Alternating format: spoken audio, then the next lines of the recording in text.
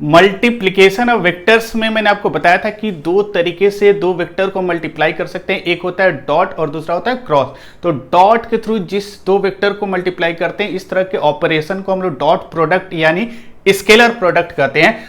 और पिछले लेक्चर तक हम लोगों ने डॉट प्रोडक्ट और स्केलर प्रोडक्ट से रिलेटेड सारे कंसेप्ट, सारे न्यूमेरिकल्स और सारे तरह के कह सकते हो कि सिचुएशंस को हम लोग डील कर चुके थे। और आज के इस लेक्चर की शुरुआत हम लोग वेक्टर के लास्ट टॉपिक यानी जो मल्टीप्लिकेशन है वेक्टर का भी कह सकते हो कि जो सेकेंड टाइप है, जिसको हम लोग क्रॉस प्रोडक्ट यानी वेक्टर प्रोडक्ट कहते हैं, उससे स्टार्ट करने जा रहे हैं। ये जो टॉपिक है जो आज हम लोग स्टार्ट करने वाले हैं, जिसको हम लोग कह रहे हैं cross product of two vectors, और इसको वेक्टर प्रोडक्ट भी कहते हैं। यानी दो वेक्टर को मल्टीप्लाई तो करेंगे लेकिन इस बार क्रॉस के थ्रू मल्टीप्लाई करेंगे।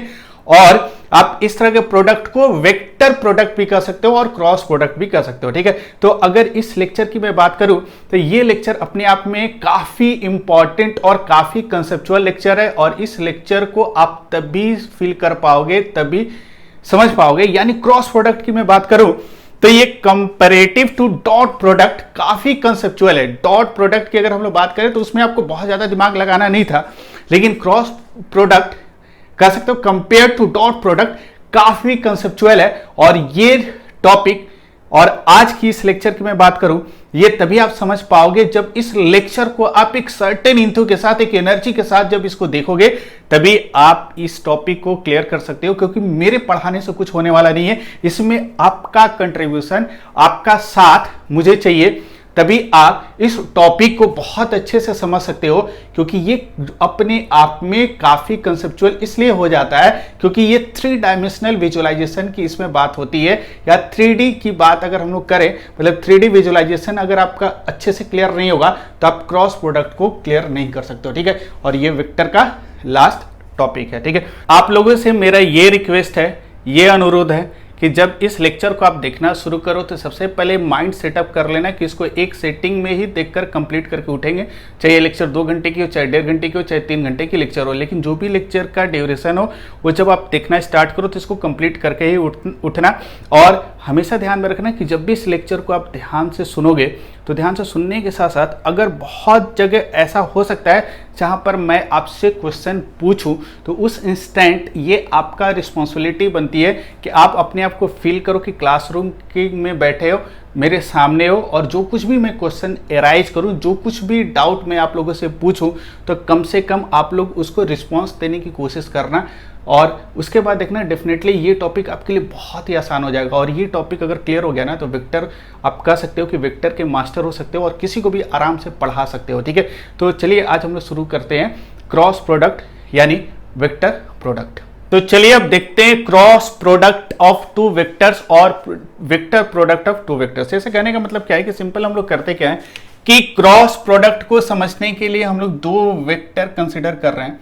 सपोज एक वेक्टर हम लोगों के पास है and this vector is represented by this arrow, और इस वेक्टर का नाम हम ए वेक्टर दे देते हैं। ठीक है, सपोज एक वेक्टर हम लोगों के पास ए है। ठीक है, क्लियर। और एक वेक्टर इसके टेल से ऐसे ज्वाइन कर रहे हैं, और ये जो वेक्टर है सपोज इस वेक्टर का नाम दे देते हैं this is a vector B. और इन दोनों वेक्टर के डायरेक्शंस के बीच का जो एंगल है, this angle is represented by theta. ये एंगल क्या हो गया? थीटा हो गया। ठीक है, तो ये दो वेक्टर हम लोगों को गिवन है, एक वेक्टर ए है, दूसरा वेक्टर बी है, दोनों के बीच का एंगल कितना है? थीटा है। अब हम लोग करते क्या है कि इन दो वेक्टर्स को क्रॉस के थ्रू मल्टीप्लाई करते हैं, और मल्टीप्लाई करके हम लोग करते क्या है, चेक करते हैं कि इसका रिजल्ट क्या आएगा। तो थोड़ा सा मैं डिस्कस कर दूं, जो मैंने आपको स्टार्टिंग में बताया था कि जब भी दो वेक्टर को डॉट के थ्रू मल्टीप्लाई करते हैं तो उन दोनों का जो आउटपुट आता है वो एक स्केलर आता है। लेकिन जब हम क्रॉस प्रोडक्ट की बात करते हैं तो जब भी ए और बी, अगर दो वेक्टर की अगर हम लोग बात करें, इन दोनों को क्रॉस के थ्रू मल्टीप्लाई करेंगे तो ये ऑलवेज जो आउटपुट देंगे, या जब भी दो वेक्टर को क्रॉस के थ्रू मल्टीप्लाई करेंगे, ये ऑलवेज एक न्यू वेक्टर प्रोड्यूस करते हैं। ये दोनों मिलकर एक न्यू वेक्टर, मतलब दे इल्ट अ न्यू वेक्टर और they produce a new vector. कहने का मतलब क्या है कि जब दो वेक्टर को डॉट के थ्रू मल्टीप्लाई कर रहे थे तो उनका आउटपुट एक स्केलर आ रहा था, लेकिन जब भी दो वेक्टर को क्रॉस के थ्रू मल्टीप्लाई करेंगे उनका आउटपुट एक न्यू वेक्टर आएगा। कहने का मतलब क्या है कि अगर मान लो कि ये फर्स्ट वेक्टर हम लोग कंसिडर कर रहे हैं ए वेक्टर, और इस वेक्टर ए को मल्टीप्लाई कर रहे हैं बी वेक्टर के साथ, लेकिन इस बार जो ऑपरेटर हम सिलेक्ट कर रहे हैं ये क्रॉस है।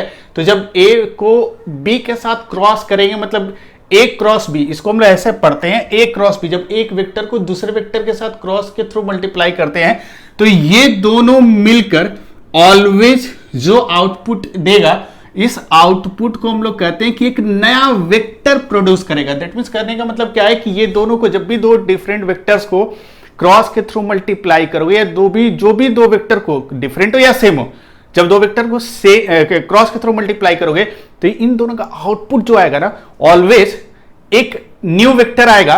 तो अगर सोचो एक न्यू वेक्टर आएगा तो उस न्यू वेक्टर का एक सर्टेन मैग्नीट्यूड होगा और एक डायरेक्शन होगा। तो ये देखा गया कि एक्सपेरिमेंटली, ठीक है, एक्सपेरिमेंटली ये देखा गया कि जब ए वेक्टर को बी के साथ क्रॉस करेंगे या ए क्रॉस बी का जो भी आउटपुट आएगा, और in other way we can say that when we multiply A with B with the help of cross, then they yield a new vector और they produce a new vector, और उस जो भी न्यू वेक्टर यहां पर आएगा उसका एक सर्टेन मैग्नीट्यूड होगा, and magnitude of the new vector is written as mod of A, और लिख सकते हैं इसको mod of B into sine theta.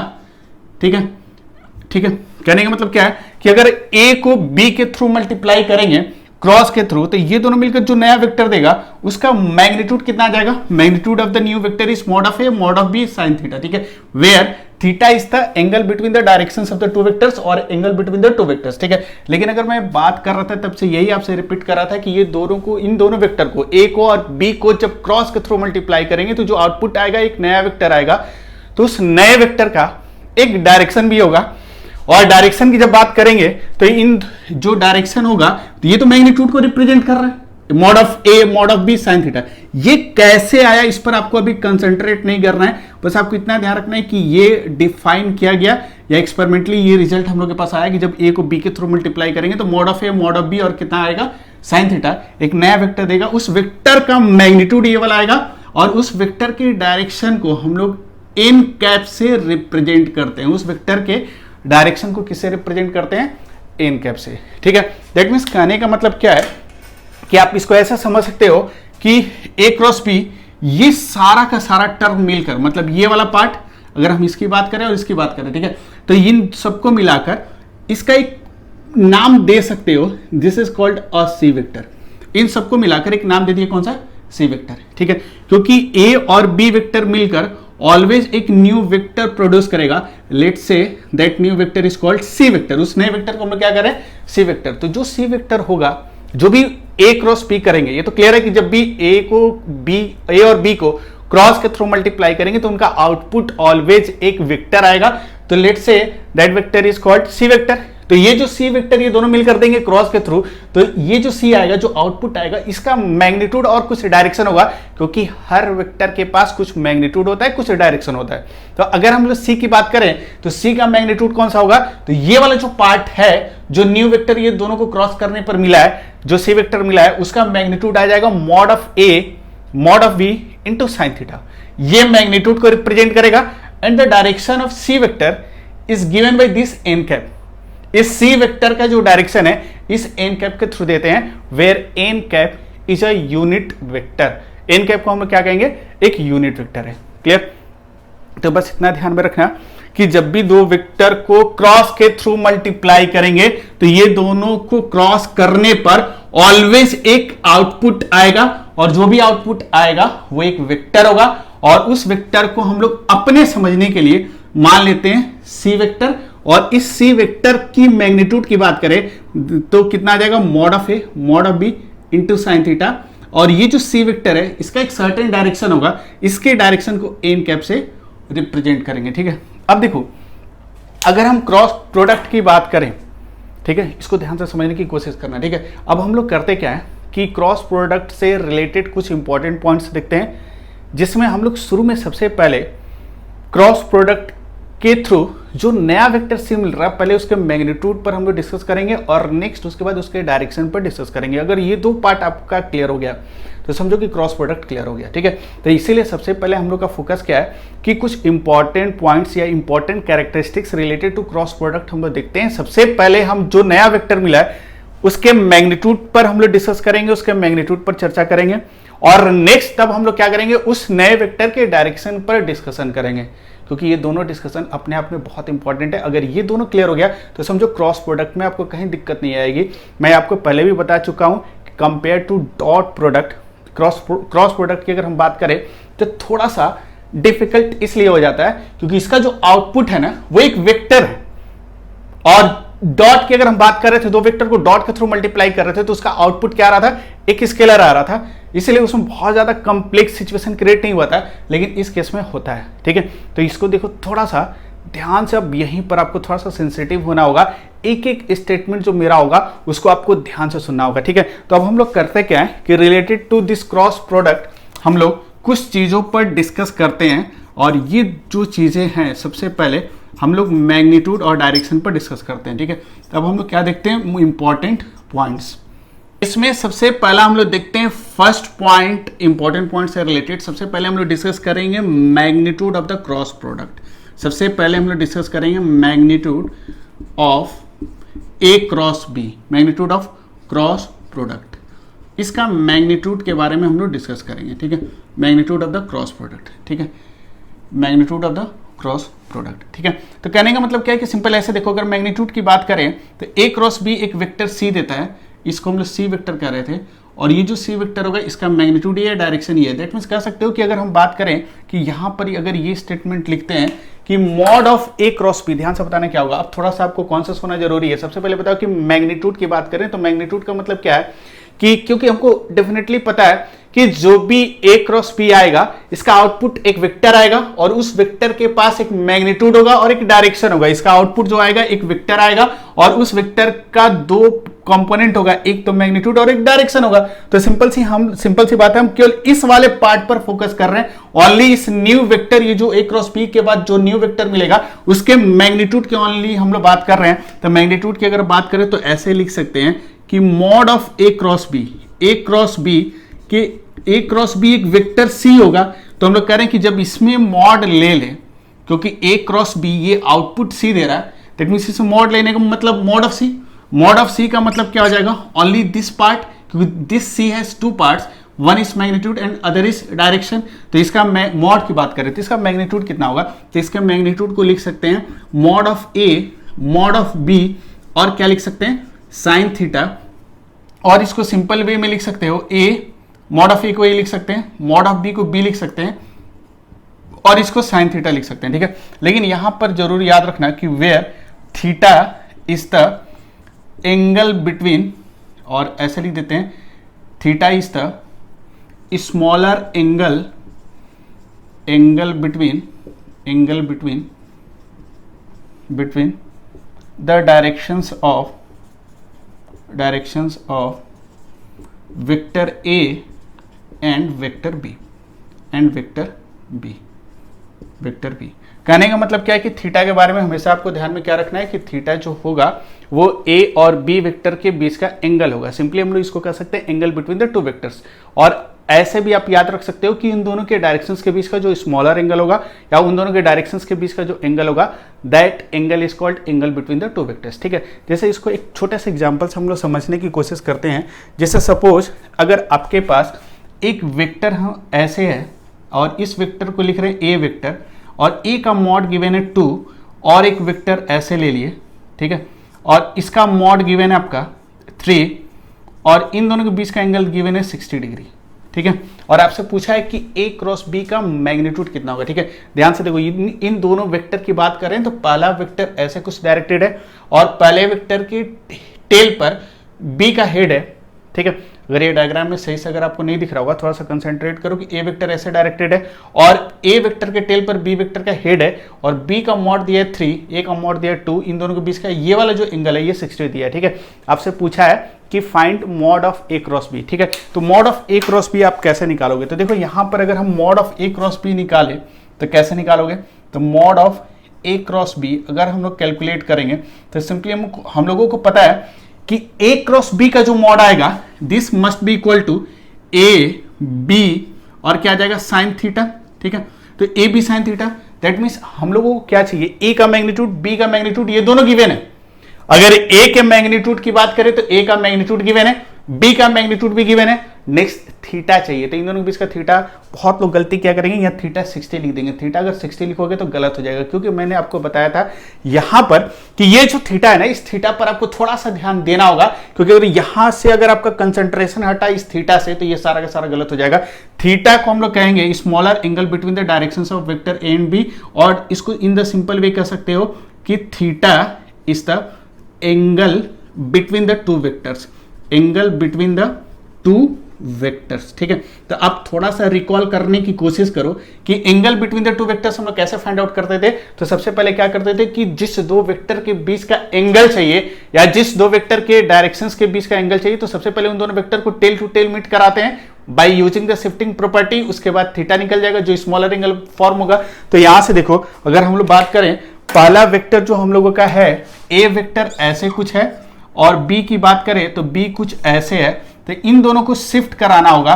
और शिफ्ट क्योंकि ये दोनों टेल टू टेल मीट नहीं कर रहा, तो इसको हम लोग angle between the two vectors नहीं कर सकते। ये जो 60 डिग्री फॉर्म हो रहा है ए वेक्टर और बी वेक्टर के बीच में, इसको हम लोग दो वेक्टर के बीच का एंगल नहीं कर सकते क्योंकि ये गलत डेफिनेशन है। इन दोनों के बीच का एंगल अगर आपको फाइंड आउट करना होगा तो सबसे पहले इसको शिफ्ट करना होगा, किसको, बी वेक्टर को, चाहे किसी एक को शिफ्ट करो, और इसके टेल को इस ए के टेल पर लाना होगा, तभी हम angle between the two vectors की बात कर सकते हैं, अदरवाइज नहीं कर सकते हैं। तो ये जो 60 दिख रहा है ये थीटा नहीं होगा। थीटा का मतलब क्या है कि उन दोनों के डायरेक्शंस के बीच का जो स्मॉलर एंगल होगा, और इन सिंपल वर्ड्स हम लोग कह सकते हैं कि जो उन दोनों वेक्टर के बीच का एंगल होगा उसी को थीटा हम लोग कहेंगे। तो सिंपली हम लोग करते क्या है कि इसको हम लोग by using shifting property A vector को वैसे ही रहने देते हैं, ए वेक्टर को ऐसे ही रहने दिए, और बी को शिफ्ट करके डायरेक्ट यहां से शिफ्टिंग करके इसके टेल को ए के टेल से मैच करा देंगे।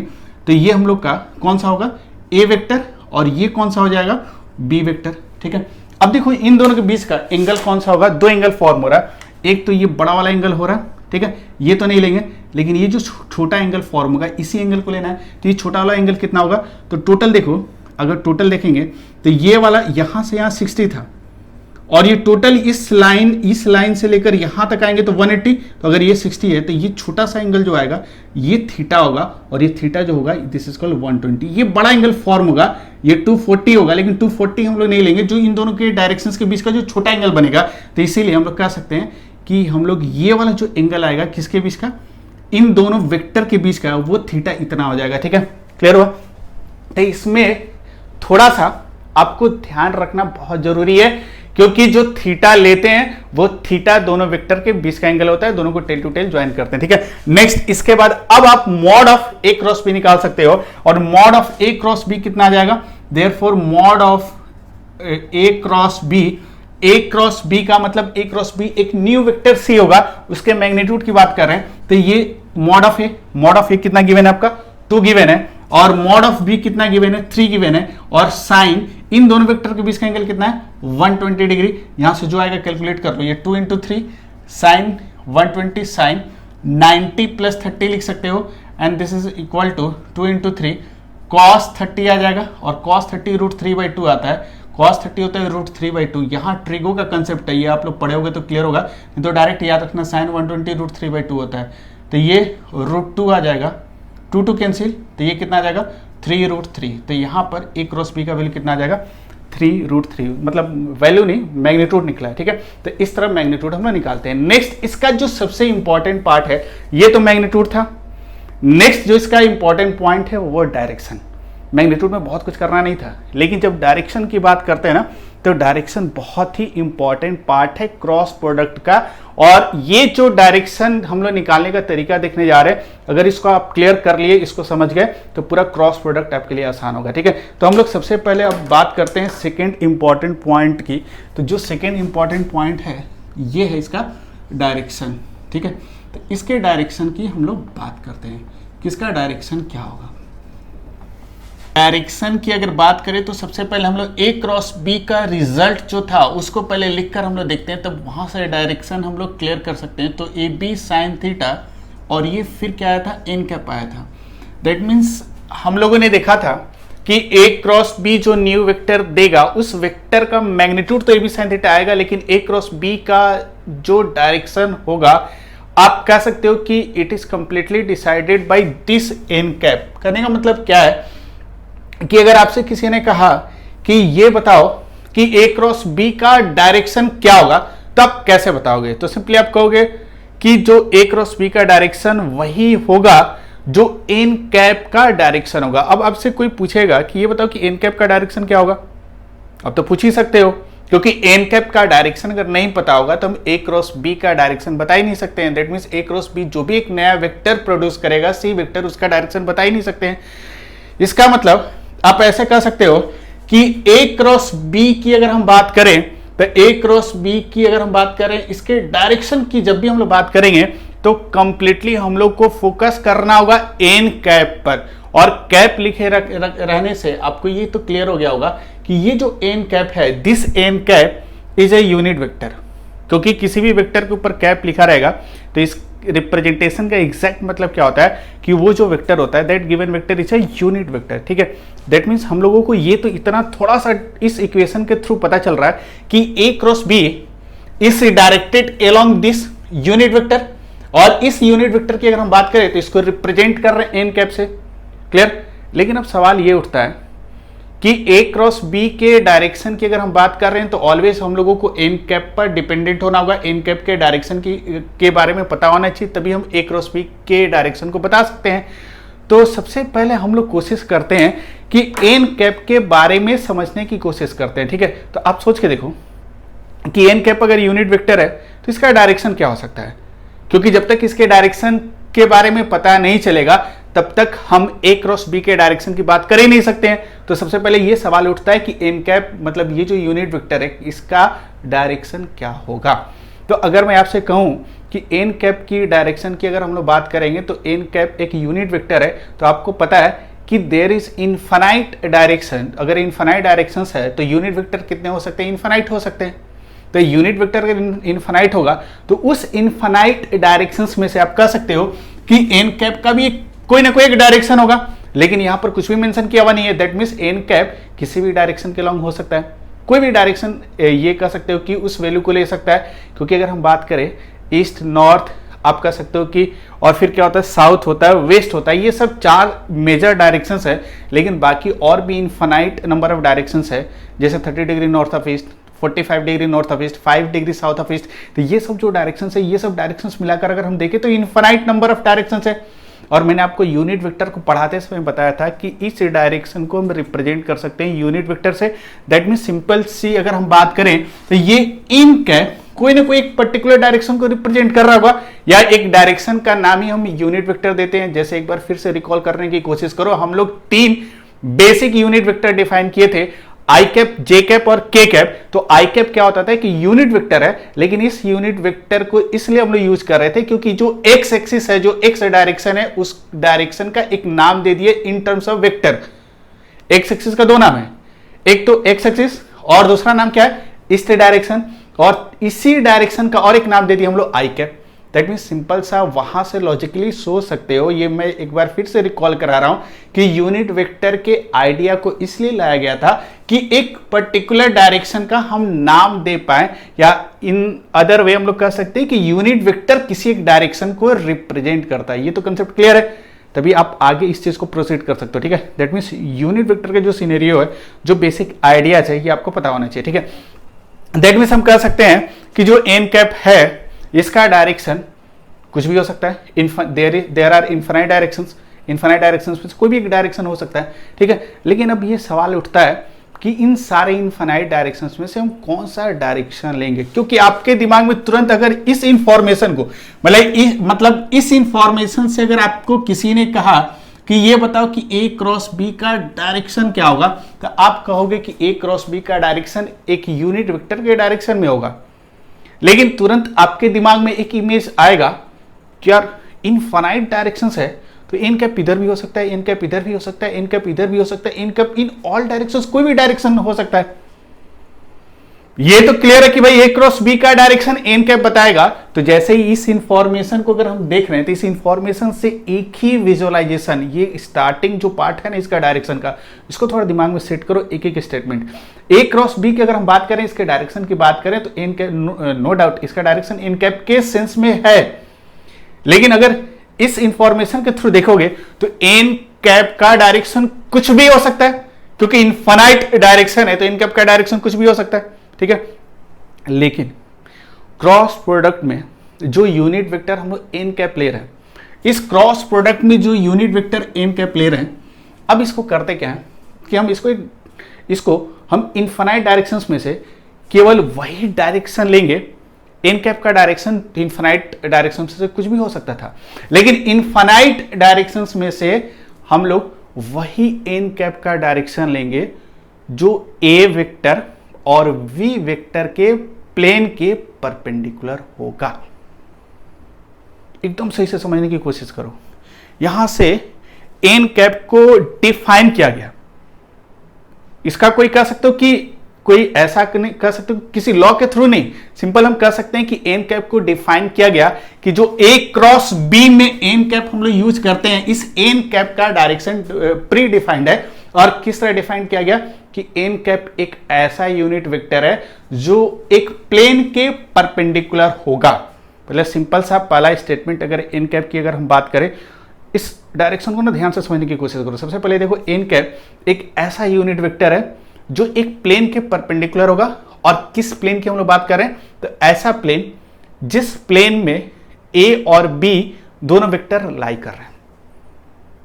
दैट मीन सिंपल सा, अगर आपके पास, अब देखो ये जो इंफॉर्मेशन था, जो आपको बहुत सारा इंफॉर्मेशन दे रहा था, उसमें से छोटा सा इंफॉर्मेशन निकल के क्या आया कि ए क्रॉस बी का डायरेक्शन एन कैप के तरफ होगा।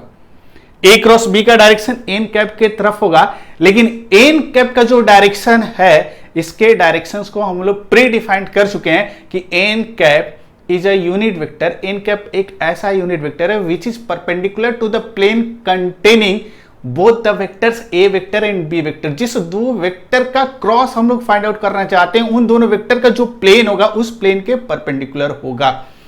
यह सिंपल सा हम लोग एन कैप को डिफाइन कर चुके हैं। क्लियर? दैट मीन्स, फिर से इसको रिपीट कर रहा हूं कि ये फर्स्ट पार्ट है एन कैप के बारे में, कि अगर आपसे किसी ने कहा कि ए क्रॉस बी जो भी एक न्यू वेक्टर प्रोड्यूस करेगा सी वेक्टर, उसका डायरेक्शन किधर होगा, आप तुरंत आंसर क्या दोगे, उस वेक्टर का डायरेक्शन एन कैप की तरफ होगा। लेकिन अगर आपसे कोई कहे कि एन कैप का डायरेक्शन तब किधर होगा, तो आप क्या आंसर दोगे कि एन कैप का, मेरे साथ बोलने की कोशिश करो, एन कैप का डायरेक्शन किधर होगा। ये स्टेटमेंट याद रखो, the direction of n cap is perpendicular to the plane containing both the vectors A vector and B vector. A और बी वेक्टर का जो भी प्लेन होगा उस प्लेन के परपेंडिकुलर होगा। सिंपल सी बात है, ठीक है। तो ये हम लोग एन कैप को डिफाइन कर दिया, ठीक है। मतलब एन कैप जो यूनिट वेक्टर है, कुछ और वेक्टर नहीं हो सकता, सिंपल एक ऐसा यूनिट वेक्टर है। एन कैप एक ऐसा यूनिट वेक्टर है जो ए और बी वेक्टर के प्लेन के परपेंडिकुलर होगा, या जिन दो वेक्टर का क्रॉस निकालेंगे उन दोनों वेक्टर के प्लेन के परपेंडिकुलर होगा। दैट मींस कह सकते हो एन के बारे में एक इंफॉर्मेशन हम लोग लिख सकते हैं कि N cap is a unit vector, is a unit vector. पहली बात कि एन कैप एक यूनिट वेक्टर है, लेकिन किस डायरेक्शन में है, N cap is a unit vector which is perpendicular to the plane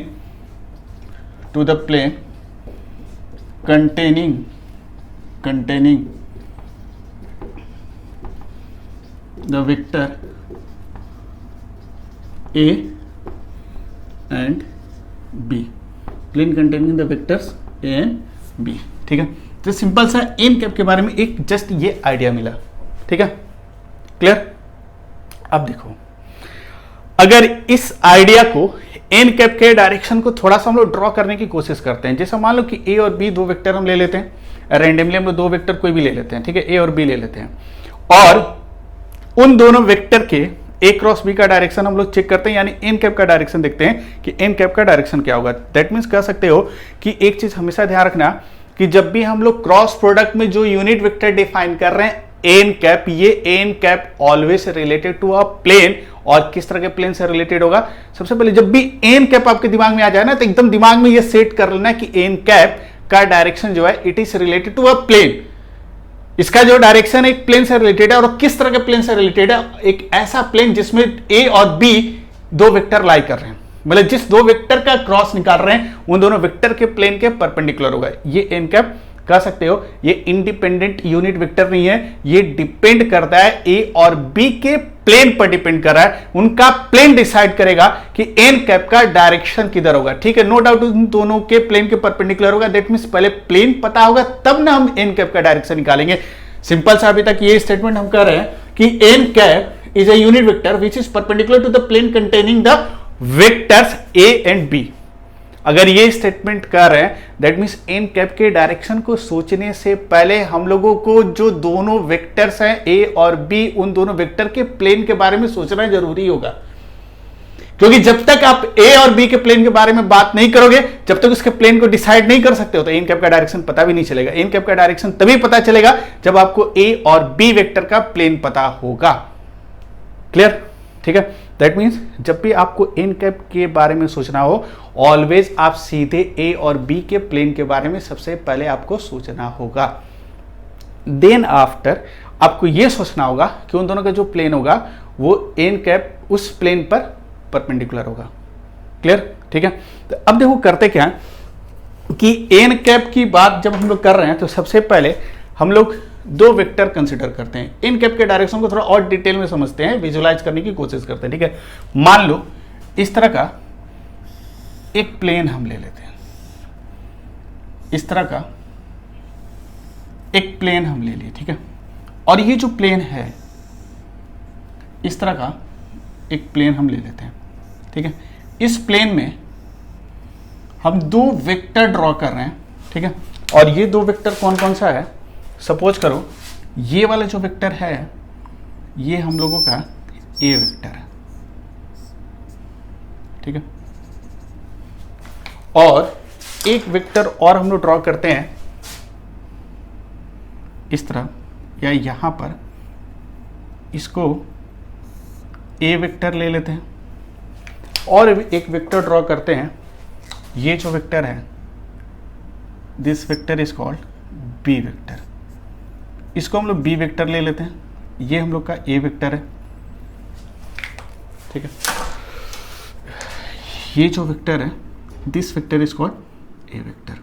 ठीक है, दैट मीन्स देखो यहां पर अगर मैं बात करूं कि ए क्रॉस बी का डायरेक्शन फाइंड आउट करना है, ये आपसे पूछ दिया। ठीक है, और जो दो वेक्टर्स है उन दोनों वेक्टर्स के बारे में आपको दे दिया। ठीक है, कि ए वेक्टर का डायरेक्शन क्या होगा, बी वेक्टर का डायरेक्शन क्या होगा, और ये आपको अच्छी तरह से पता है कि प्लेन का कंसेप्ट मैंने आपको पहले भी बताया है कि दो वेक्टर ऑलवेज एक प्लेन में रहते हैं। ठीक है, दो वेक्टर अगर गिवन है तो दोनों वेक्टर ऑलवेज एक प्लेन में लाई करेंगे। तो यहां जो सिनेरियो ले रहे हैं हम लोग, यहां पर हम क्या करेंगे, एक प्लेन ले रहे हैं और इस प्लेन में दो वेक्टर लाई कर रहे हैं। कौन कौन सा? ए वेक्टर और बी वेक्टर। ठीक है, तो एक ए वेक्टर मान लो सपोज इस तरह डायरेक्टेड है, बी वेक्टर इस तरह डायरेक्टेड है। ठीक है, क्लियर? अगर मैं आपसे कहूं कि इन दोनों के बीच का एंगल अगर थीटा है, angle between this two vector is theta, इन दोनों के बीच का एंगल कितना है? थीटा है। ठीक है, और यहां पर अगर मैं आपसे कहूं कि इन दोनों के क्रॉस प्रोडक्ट का, ए क्रॉस बी का मैग्नीट्यूड कितना होगा, तो आप डायरेक्ट कर सकते हो ए बी और इन दोनों वेक्टर के बीच का एंगल थीटा, तो इसका साइन ले लोगे, साइन थीटा। क्लियर? ये तो मैग्नीट्यूड निकल गया, लेकिन मेरा ये क्वेश्चन है कि ए क्रॉस बी का डायरेक्शन क्या होगा। अगर दो वेक्टर गिवन है और ये आपको पता है कि दो वेक्टर डेफिनेटली एक ही प्लेन में लाई करते हैं, एक ही प्लेन मतलब एक ही सरफेस में लाई करते हैं। अगर एक सरफेस में जो लाई करते हैं, तो अगर ये सरफेस गिवन है और ये दो वेक्टर गिवन है, दोनों के बीच का एंगल थीटा गिवन है, तो आपसे अगर पहला क्वेश्चन ये पूछा कि what would be the magnitude of A cross B, तो डायरेक्ट क्या लिखोगे? A B sine theta. लेकिन अब हम ये चाहते हैं कि आपको ये बताना होगा कि ए क्रॉस बी का डायरेक्शन क्या होगा। ठीक है, अगर मान लो किसी ने आपसे पूछ दिया कि ए क्रॉस बी का डायरेक्शन क्या होगा, आप कैसे बताओगे? तो अभी जो इतने देर से मैं आपको समझा रहा था कि ए क्रॉस बी का डायरेक्शन ऑलवेज एन कैप के डायरेक्शन में होगा। क्योंकि ऑलवेज अगर हम लोग केवल मैग्नीट्यूड आपसे नहीं पूछेगा, आपसे ए क्रॉस बी का डायरेक्शन भी पूछेगा, तो जब ए क्रॉस बी का डायरेक्शन पूछा जाए तो डायरेक्ट आप कहां जाओगे, किसके पास जाओगे, तो एन कैप के पास जाओगे, क्योंकि ए क्रॉस बी की अगर बात कर रहे हैं, इसके डायरेक्शन की बात करें, it is related to n cap. एक एक स्टेप सही से समझना यार, बहुत इंपॉर्टेंट कंसेप्ट है, थोड़ा सा आंसर देने की कोशिश करना है, ठीक है। तो अगर आपसे कोई पूछे कि ये बताओ कि ए क्रॉस बी का डायरेक्शन क्या होगा, तो पहला आंसर आपका क्या होगा, आपके टोटल आंसर का एक फर्स्ट पार्ट ये होगा कि A cross B is directed along the direction of n cap, ठीक है। Next part of your answer क्या होगा कि जब आपने ये कह दिया कि ए क्रॉस बी का डायरेक्शन एन कैप की तरफ होगा, तो जो अगला सुन रहा होगा उसको एन कैप के बारे में कुछ नहीं पता है, तो आप कैसा समझाओगे, आप कहोगे कि एन कैप एक यूनिट वेक्टर है। एन कैप क्या है, एक यूनिट वेक्टर है जिसका डायरेक्शन ऑलवेज ए और बी के परपेंडिकुलर होगा। दैट मीन्स आपके टोटल आंसर का सेकेंड पार्ट, पहला पार्ट क्या था, A cross B is directed along n cap. Second आपका आंसर क्या था कि N cap is always perpendicular to the plane containing both the vectors A and B. A और B का जो प्लेन होगा उस पर क्या होगा, परपेंडिकुलर होगा, ठीक है। ये सेकेंड पार्ट है, ठीक है। तो अब देखो, अगर आपको किसी को विजुलाइज कराना है कि एन कैप का डायरेक्शन, ठीक है, अगर मान लो कि अगले बंदे ने आपसे ये पूछ दिया कि चलो ठीक है, आपका स्टेटमेंट मैंने मान लिया कि A cross B is directed along n cap and n cap is perpendicular to the plane of A and B. अब उसने कहा कि मुझे यहां पर आप बताओ कि अगर ये प्लेन है, ये दो वेक्टर गिवन है, तो एन कैप का डायरेक्शन बताओ। एन कैप का डायरेक्शन आपको बताना होगा, ठीक है। तब आप एन कैप का डायरेक्शन कैसे बताओगे, तो डायरेक्ट आप क्या करोगे, एन कैप का डायरेक्शन बताने के लिए आपको क्या करना होगा, आप सोच के देखो कैसे बताओगे। तो एन कैप का डायरेक्शन बताने के लिए आप सीधे क्या करोगे कि ये जो प्लेन है ना, इस प्लेन के परपेंडिकुलर एक लाइन ड्रॉ करोगे, ठीक है। इस प्लेन के परपेंडिकुलर क्या करोगे, एक लाइन ड्रॉ करोगे। लेकिन लाइन आप कहीं भी ड्रॉ कर सकते हो, यहां भी ड्रॉ कर सकते हो, यहां भी ड्रॉ कर सकते हो, यहां भी ड्रॉ कर सकते हो। एक परपेंडिकुलर लाइन ऐसे ड्रॉ कर सकते हो इसके परपेंडिकुलर, क्योंकि आपको एन कैप का डायरेक्शन खोजना है। अगर आपको किसी को विजुलाइज कराना है एन कैप का डायरेक्शन, तो आप क्या करोगे, ये जो प्लेन, आप क्योंकि आपको पता है कि एन कैप का डायरेक्शन देखने के लिए सबसे पहले प्लेन को खोजेंगे, किसके प्लेन की, तो जिसका क्रॉस निकाल रहे हैं, ए और बी का क्रॉस निकाल रहे हैं, तो ए और बी का प्लेन ये वाला गिवन है, और इस प्लेन के परपेंडिकुलर क्या होगा, एन कैप होगा। पहले एन कैप को प्लॉट करते हैं। तो एन कैप को जब प्लॉट करोगे तो आप सोच के देखो कि एन कैप को जो प्लॉट करते समय आप इस प्लेन पर क्या करोगे, you have to draw on normal to this plane. एक नॉर्मल आपको ड्रॉ करना होगा या परपेंडिकुलर ड्रॉ करना होगा, ये तो क्लियर है। अब ये सवाल उठता है कि इस प्लेन पर नॉर्मल आप इस पॉइंट पर भी ऐसे ड्रॉ कर सकते हो, यहां भी ड्रॉ कर सकते हो, कहीं भी ड्रॉ कर सकते हो, ठीक है। लेकिन आपको करना क्या है कि आप किसी अदर पॉइंट पर परपेंडिकुलर या नॉर्मल ड्रॉ मत करना। आप क्या करोगे, नॉर्मल ड्रॉ करते समय जहां पर ये दोनों वेक्टर मीट कर रहा है, कौन मीट कर रहा है, अगर हम ए और बी की बात कर रहे हैं, ए और बी का टेल यहां मीट कर रहा है, एकदम एग्जैक्ट इसी पॉइंट पर आप क्या करना कि एक नॉर्मल ड्रॉ कर लेना। इस तरह एक नॉर्मल ड्रॉ कर लो। नॉर्मल का मतलब क्या हुआ, this line is perpendicular to this plane, और जो लाइन एक प्लेन के परपेंडिकुलर होगा उसको नॉर्मल कह सकते हैं। क्लियर। अब आप क्या कहोगे, अब आप कहोगे कि आपको करना क्या था, एन कैप का डायरेक्शन दिखाना था। आप कहोगे कि ये जो परपेंडिकुलर डायरेक्शन है, इस परपेंडिकुलर डायरेक्शन की तरफ किसका डायरेक्शन होगा, एन कैप। क्योंकि अगले बंदे ने आपसे पूछा था कि एन कैप किधर डायरेक्टेड होगा, हमको डायग्राम के थ्रू प्लॉट करके दिखाओ। तो आप क्या करोगे कि यहां से इन दोनों के प्लेन के परपेंडिकुलर एक लाइन ऐसे ड्रॉ कर दिए, और ये लाइन जो ड्रॉ किया, आप कहे कि ये परपेंडिकुलर लाइन है, और इसको कह सकते हो this line is normal to the plane containing both the vectors, normal. और इसको हम लोग कह सकते हैं कि परपेंडिकुलर जो हम लोगों को ड्रॉ करना था, परपेंडिकुलर जो ड्रॉ करना था वो हम लोगों ने ड्रॉ कर दिया, ठीक है।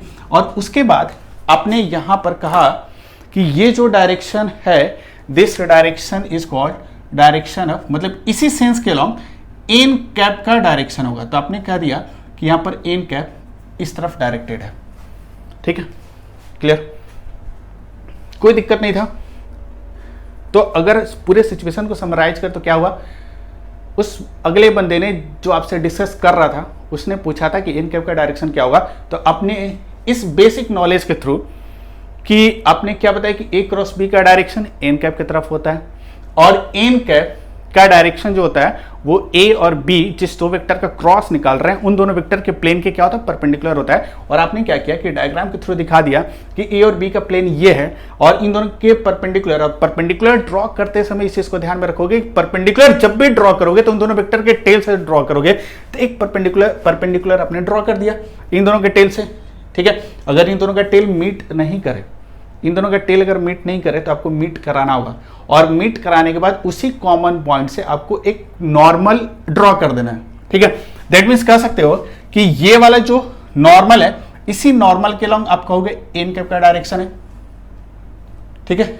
और फिर तब आप कहोगे कि ए क्रॉस बी का जो डायरेक्शन है, ए क्रॉस बी जो भी एक नया वेक्टर आएगा उसका डायरेक्शन और एन कैप का डायरेक्शन क्या होगा, सेम होगा। और अब फाइनली कहोगे कि जो ए क्रॉस बी आएगा उसका डायरेक्शन अलोंग दिस लाइन आएगा। लेकिन सोच के देखो, अगर जिस बंदे ने आपसे ये क्वेश्चन एराइज किया था और उसने आपको और आपने उसको क्या किया, आपने डायरेक्ट इस प्लेन के परपेंडिकुलर लाइन ड्रॉ करके आपने एन कैप का डायरेक्शन दिखा दिया और कहा कि ये एन कैप का डायरेक्शन है अलोंग दिस लाइन, और इस एन कैप के डायरेक्शन में किसका डायरेक्शन होगा, ए क्रॉस बी, ठीक है। तो अगर वो बंदा आपसे पढ़ने में थोड़ा सा भी अगर अच्छा हुआ तो वो नेक्स्ट क्वेश्चन एराइज कर सकता है। क्या एराइज कर सकता है, क्योंकि वो आपसे क्रॉस क्वेश्चन ये पूछेगा, क्रॉस प्रोडक्ट में वो आपसे क्रॉस क्वेश्चन पूछेगा। और क्या पूछेगा, आपने उसको बताया कि जो एन कैप है इसके प्लेन के परपेंडिकुलर है, वो तुरंत क्या करेगा, इस डायग्राम में आकर यहां पर एक लाइन ऐसे ड्रॉ कर दिया, एक लाइन उसने ऐसे ड्रॉ कर दिया, मतलब इसी लाइन को एक्सटेंड कर दिया, ये जो लाइन था इस लाइन को एक्सटेंड कर दिया, और उसने कहा कि ये जो लाइन है this line is also perpendicular to this plane, मतलब इसी पॉइंट से इसी लाइन को एक्सटेंड कर दी, ये लाइन सीधे यहां से होते हुए ऐसे पार कर गया, ठीक है। और उसने कहा कि ये जो प्लेन है उस प्लेन के परपेंडिकुलर ये डायरेक्शन भी है, तो उसके अकॉर्डिंग उसने कहा कि नहीं, एन कैप इधर नहीं होगा, एन कैप का डायरेक्शन कुछ इस तरफ होगा, एन कैप का डायरेक्शन इधर होगा। अब बोलो क्या करोगे, आपने कहा कि परपेंडिकुलर लाइन ये है, उसने कहा कि इसी पॉइंट से अगर नीचे एक लाइन ड्रॉ करें तो ये इस प्लेन के क्या है, परपेंडिकुलर है। तो ये बताओ क्या आप उसको गलत कह सकते हो, आप कहोगे नहीं कर सकते हो, क्योंकि आपने खुद कहा था कि एन कैप एक ऐसा यूनिट वेक्टर है जो इस प्लेन के परपेंडिकुलर होगा। तो परपेंडिकुलर जब ड्रॉ करने गए तो आप ड्रॉ किए ऐसे, लेकिन आपका जो दोस्त है जो इस सिचुएशन को सुन रहा था उसने नीचे ड्रॉ कर दिया। भाई उसमें कोई गलती नहीं थी, अगर उसकी कोई गलती नहीं है तो उसका एन कैप का डायरेक्शन भी क्या है, सही है, क्योंकि ये बात अंडरस्टूड है कि अ प्लेन हैज टू नॉर्मल्स। कोई भी एक सरफेस होता है उसका दो नॉर्मल होता है। कोई भी एक सरफेस ले लो, कोई भी एक सरफेस ले लो, प्लेन ले लो, मान लो ये मेरा हाथी है, तो ये जो सरफेस है इसके परपेंडिकुलर ये वाला एक लाइन होगा और इसके ठीक नीचे परपेंडिकुलर लाइन ये होगा, ठीक है, क्लियर। दैट मीन्स यहां पर देखो सब कुछ सही चल रहा था, सब कुछ सही चल रहा था, ठीक है, लेकिन कंफ्यूजन कहां क्रिएट हो गया, कंफ्यूजन यहां क्रिएट हो गया कि एन ए क्रॉस, जैसे आपके दोस्त के अकॉर्डिंग ए क्रॉस बी का जो डायरेक्शन होगा वो किस तरफ डायरेक्टेड होगा, तो वो कहेगा कि नीचे की तरफ होगा, और आप कह रहे हो नहीं ऊपर की तरफ होगा, क्योंकि अकॉर्डिंग टू यू जो एन कैप है ऊपर है और अकॉर्डिंग टू योर फ्रेंड जो एन कैप है नीचे है, इसलिए वो कह रहे कि ए क्रॉस बी की तरह नीचे है और वही, और आप कह रहे हो कि ऊपर है। यहां एक कॉन्ट्राडिक्शन होगा, कॉन्ट्राडिक्शन तो हो ही रहा है भाई, क्योंकि ये डिफिनेशन मान लो मैं आपको यहां तक पढ़ा के छोड़ देता, आप इतना ही पढ़े होते तो according to this concept, according to this idea आप उससे मारपीट कर लिए होते, क्योंकि आप तो बोलोगे भाई कि इधर एन कैप होगा, लेकिन आपका दोस्त कर रहा है नहीं नीचे होगा, ठीक है। दैट मीन्स यहां पर कॉन्ट्राडिक्शन होने का सवाल एकदम सही है, क्योंकि ए क्रॉस बी जो आएगा ना वो एक वेक्टर होगा, और कोई भी वेक्टर, या कह सकते हो कि कोई एक वेक्टर के पास एक ही डायरेक्शन होता है।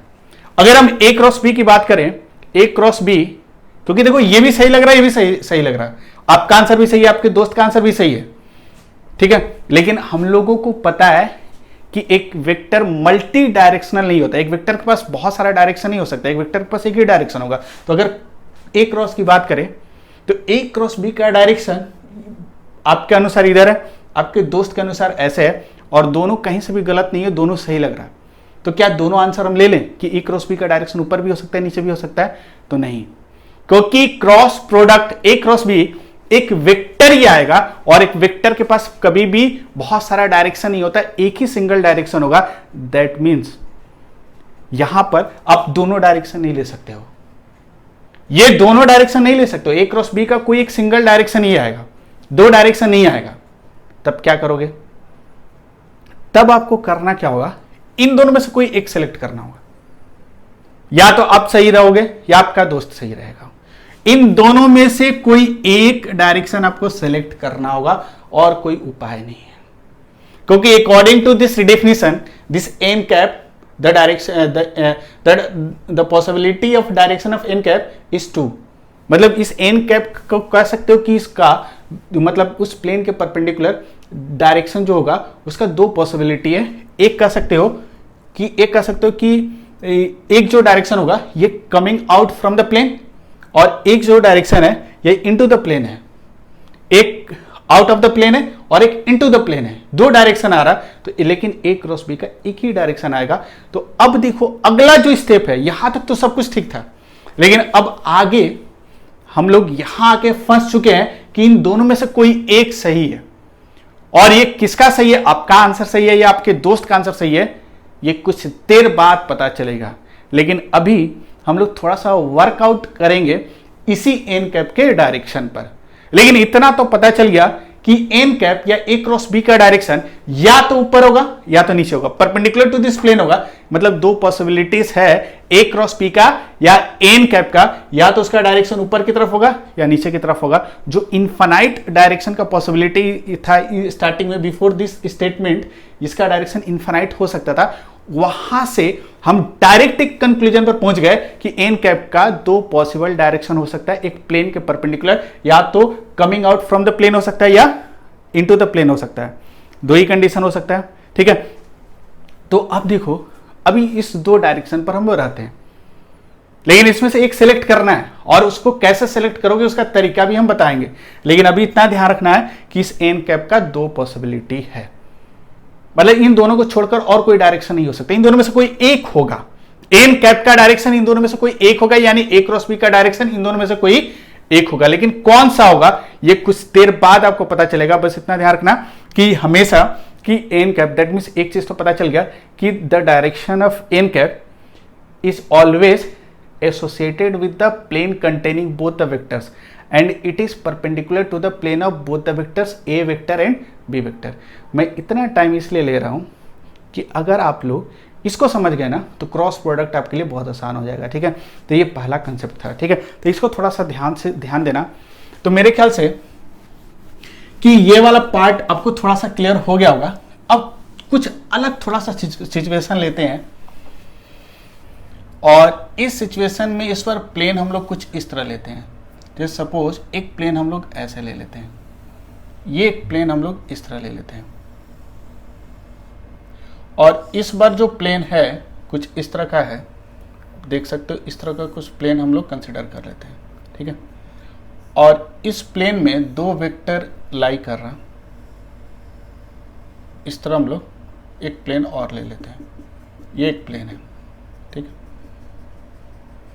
अगर इस प्लेन की हम बात करें, इस प्लेन में हम लोग फिर दो वेक्टर ले लेते हैं। सपोज एक वेक्टर ए इस तरह है, ये वेक्टर हम लोग का ए है। ठीक है, और एक सेकेंड वेक्टर हम लोग ले लेते हैं, और इस वेक्टर को ऐसे ले लिए, and this vector is called B vector, और ये बी वेक्टर ले लिए। ठीक है, इन दोनों के बीच का एंगल जो है, इस एंगल को थीटा ले लेते हैं, ये थीटा है। ठीक है, अब देखो आपसे पूछा क्या है कि यहां भी हम लोगों को ए क्रॉस बी का डायरेक्शन बताना है। ठीक है, तो अगर इस तरह के प्लेन में अगर दो वेक्टर्स लाई करें तो आपसे पूछा क्या है कि ए क्रॉस बी का डायरेक्शन क्या होगा। ठीक है, तो इसके लिए देखो सबसे पहले क्या करोगे कि अगर आपको ए क्रॉस बी का डायरेक्शन निकालना होगा तो सीधे आप कहां जाओगे, एन कैप के पास, क्योंकि जो एन कैप का डायरेक्शन होगा वही ए क्रॉस बी का होगा। तो एन कैप का डायरेक्शन कैसे निकालते हैं तो एन कैप का डायरेक्शन क्या होता है कि N cap is a unit vector which is perpendicular to the plane containing both the vectors A and B. ठीक है, दैट मीन्स हम लोग क्या करेंगे, एन कैप को ड्रॉ करेंगे। तो एन कैप को ड्रॉ करने के लिए आपको करना क्या होगा कि इस प्लेन के परपेंडिकुलर एक लाइन ड्रॉ करना होगा। लेकिन मैंने आपको क्या बताया था कि इस प्लेन के परपेंडिकुलर जो लाइन ड्रॉ करेंगे आप किसी भी पॉइंट से परपेंडिकुलर ड्रॉप कर सकते हो इस प्लेन के परपेंडिकुलर, क्योंकि एन कैप का डायरेक्शन प्लेन पर डिपेंड करता है। एन कैप का आइसोलेटेड कोई डायरेक्शन नहीं है। The direction of n cap is associated with the plane containing both the vectors A vector and B vector. इसीलिए प्लेन का कंसेप्ट एन कैप के लिए बहुत इंपॉर्टेंट है। तो मान लो ए और बी वेक्टर ऐसे कुछ गिवन है और इन दोनों का प्लेन ये है, तो इस प्लेन के परपेंडिकुलर हम लोग या नॉर्मल ड्रॉ करेंगे, इस प्लेन का नॉर्मल ड्रॉ करेंगे। और नॉर्मल ड्रॉ करते समय आप किसी भी पॉइंट से ड्रॉ कर सकते थे, लेकिन यहां पर आपको क्या ध्यान रखना है कि जो परपेंडिकुलर या नॉर्मल ड्रॉ करेंगे इन दोनों के कॉमन पॉइंट से, तो इन दोनों के कॉमन पॉइंट से जो परपेंडिकुलर ड्रॉप होगा कुछ इस तरह आएगा। ये जो परपेंडिकुलर ड्रॉप होगा आप देख सकते हो कि इन दोनों को कॉमन पॉइंट से इस तरह कुछ आएगा। और ये जो परपेंडिकुलर आप ड्रॉप करोगे आप कहोगे कि इस पर्टिकुलर डायरेक्शन में एन कैप लाई करेगा। लेकिन अगर एन कैप इधर लाई करेगा तो according to you A cross B का डायरेक्शन भी इसी तरफ होगा, क्योंकि ए क्रॉस बी सिंपली ऐसे विजुलाइज करो, A cross B is a new vector C and C is directed along this perpendicular line which is along the n cap. मतलब n cap का जो डायरेक्शन होगा वही ए क्रॉस बी का direction होगा। That means A cross B जो एक new vector C देता है, इस सी वेक्टर का डायरेक्शन अलोंग दिस लाइन होगा। ठीक है, और ये आपने डायरेक्शन अपने दोस्त को बता दिया। लेकिन फिर वही कंट्राडिक्शन आपका दोस्त फिर वहां पर क्या कर रहा कि उसने कहा कि नहीं, इस पॉइंट पर, इस सरफेस के या इस प्लेन के इस पॉइंट पर परपेंडिकुलर हम इसी पॉइंट से पास करते हुए एक लाइन इधर ड्रॉ कर सकते हैं। और वो जब लाइन ड्रॉ करेगा तो कुछ इस तरह ये लाइन दिखेगा। ठीक है, वो कहेगा कि इस सरफेस के परपेंडिकुलर इस तरह इस पॉइंट से पास करता हुआ एक लाइन इस तरह पास करेगा। ठीक है, इस तरह उसने ड्रॉ कर दिया एक लाइन, और वो कहेगा कि ये डायरेक्शन भी इस पॉइंट के परपेंडिकुलर है और ये डायरेक्शन एन कैप का होगा और यही डायरेक्शन किसका होगा, ए क्रॉस बी का होगा। ठीक है, क्लियर। दैट मीन्स फिर यहां पर वही कंफ्यूजन क्रिएट हो गया कि एन कैप इस पॉइंट पर दो तरफ डायरेक्टेड हो सकता है इस प्लेन के, एक इस तरफ हो सकता है और एक उस तरफ हो सकता है। और आप भी अपनी जगह सही हो, आपके अकॉर्डिंग एन कैप का डायरेक्शन ये है क्योंकि आपने इस इंफॉर्मेशन के बेस्ड इस एन कैप का डायरेक्शन निकाला है। आपके दोस्त ने भी सेम इंफॉर्मेशन के बेस्ड इस एन कैप का डायरेक्शन इधर ड्रॉ किया है, तो ये भी गलत नहीं है, क्योंकि इसका भी कहना है कि जो एन कैप का डायरेक्शन है इस पॉइंट पर इस प्लेन के क्या है, परपेंडिकुलर है। That means A cross B आपके फ्रेंड के अकॉर्डिंग इस तरफ होगा, जबकि आपके अकॉर्डिंग इस तरफ होगा। लेकिन इतना तो पता है कि ए क्रॉस बी का डायरेक्शन या तो इधर होगा नहीं तो इधर होगा, दोनों में से कोई एक होगा, और कोई डायरेक्शन एन कैप मतलब ए क्रॉस बी नहीं ले सकता है। ए क्रॉस बी जो डायरेक्शन लेगा वो या तो इस प्लेन के परपेंडिकुलर इस तरफ लेगा या इस प्लेन के परपेंडिकुलर इस तरफ लेगा। ठीक है, क्लियर। दो डायरेक्शन में से कोई एक ही ले सकता है, लेकिन इनफाइनाइट डायरेक्शन इसका नहीं हो सकता है। ठीक है, इन दोनों में से कोई एक होगा। ठीक है, दैट मीन्स हम लोगों को जो आंसर अभी तक इन दोनों सिचुएशन में देखें तो अभी तक कंप्लीट आंसर नहीं निकला है, क्योंकि ए क्रॉस बी का डायरेक्शन कोई एक ही होगा, उसका दो डायरेक्शन कभी नहीं हो सकता। या तो इसमें इन दोनों में से कोई इधर होगा नहीं तो इधर होगा, इसमें भी या तो इधर होगा नहीं तो इधर होगा। अभी हम लोगों ने हाफ कह सकते हो कि पार्ट कंप्लीट किए डायरेक्शन निकालने का। खैर कोई दिक्कत नहीं है, थोड़ा सा तो आइडिया मिला कि ए क्रॉस बी की पॉसिबिलिटी क्या है कि ए क्रॉस बी का डायरेक्शन किधर किधर पॉसिबल हो सकता है। तो मेनली दो तरफ पॉसिबल हो सकता है, क्योंकि हर प्लेन का दो नॉर्मल होता है, हर प्लेन पर दो परपेंडिकुलर ड्रॉ किए जा सकते हैं, इसलिए ए क्रॉस बी का दो डायरेक्शन होने की संभावना है या दो पॉसिबिलिटी है ए क्रॉस बी के डायरेक्शन का। क्लियर। तो ये सबसे पहले डिसाइड करना होगा। अभी तक हम लोग कंप्लीट आंसर पर नहीं आए हैं, हम लोग आएंगे कुछ देर में, लेकिन फिर भी आपको इतना ध्यान रखना है कि ए क्रॉस बी का जो प्रेडिक्टेड जो डायरेक्शंस है वो हमको पता चल गया। या तो ये हो सकता है इस केस में इधर होगा नहीं तो इधर होगा, और इस पर्टिकुलर सिचुएशन में या तो ऊपर होगा नहीं तो नीचे होगा। ठीक है, और एक सिनेरियो लेते हैं और एक सिचुएशन लेते हैं। मान लो एक प्लेन ऐसे ना होकर इस तरह कुछ होता, एक जो प्लेन है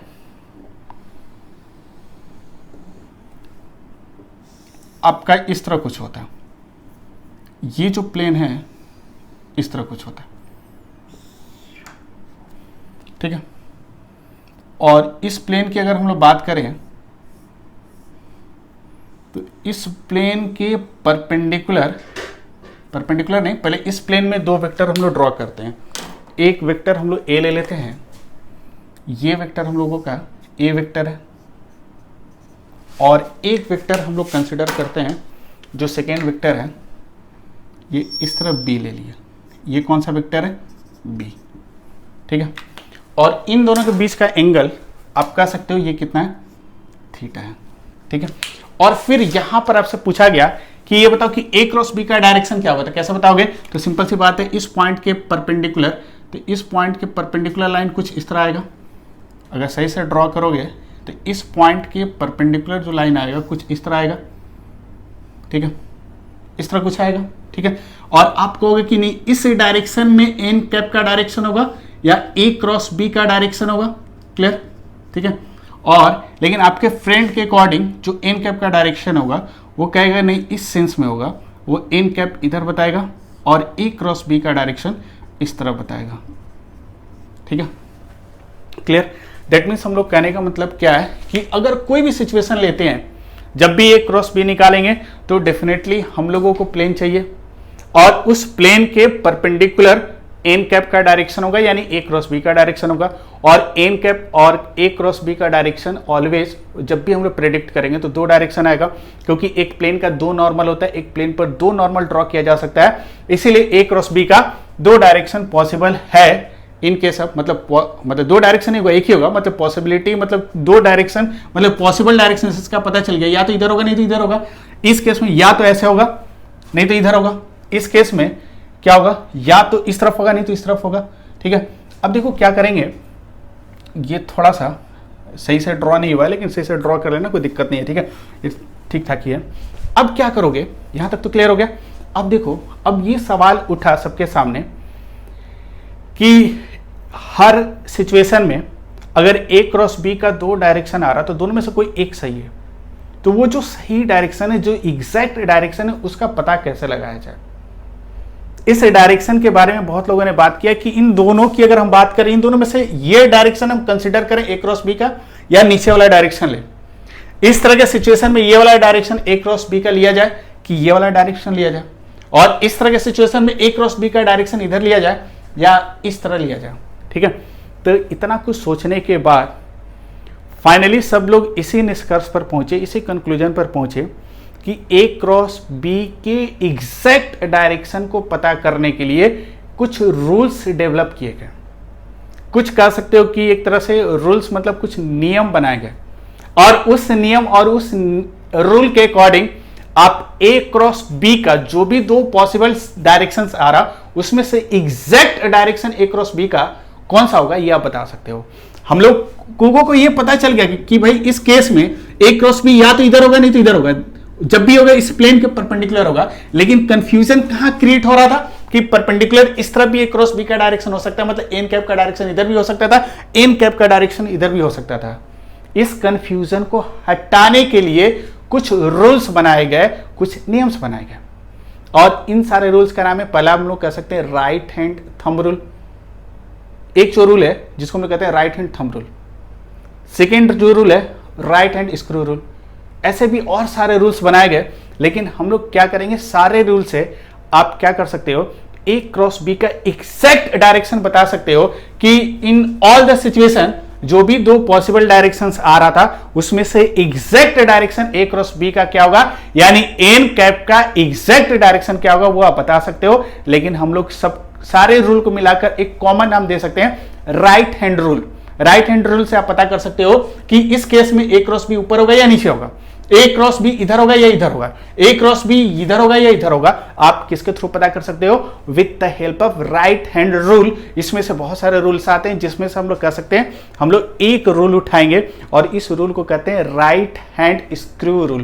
कहने का मतलब क्या हो गया, ऐसे अब ध्यान देना कि ये वाला तो कंडीशन क्लियर हो गया, तो ऐसे कह सकते हैं फॉर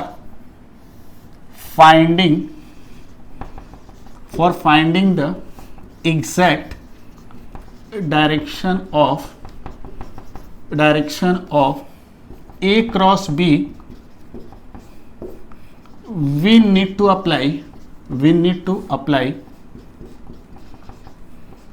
right hand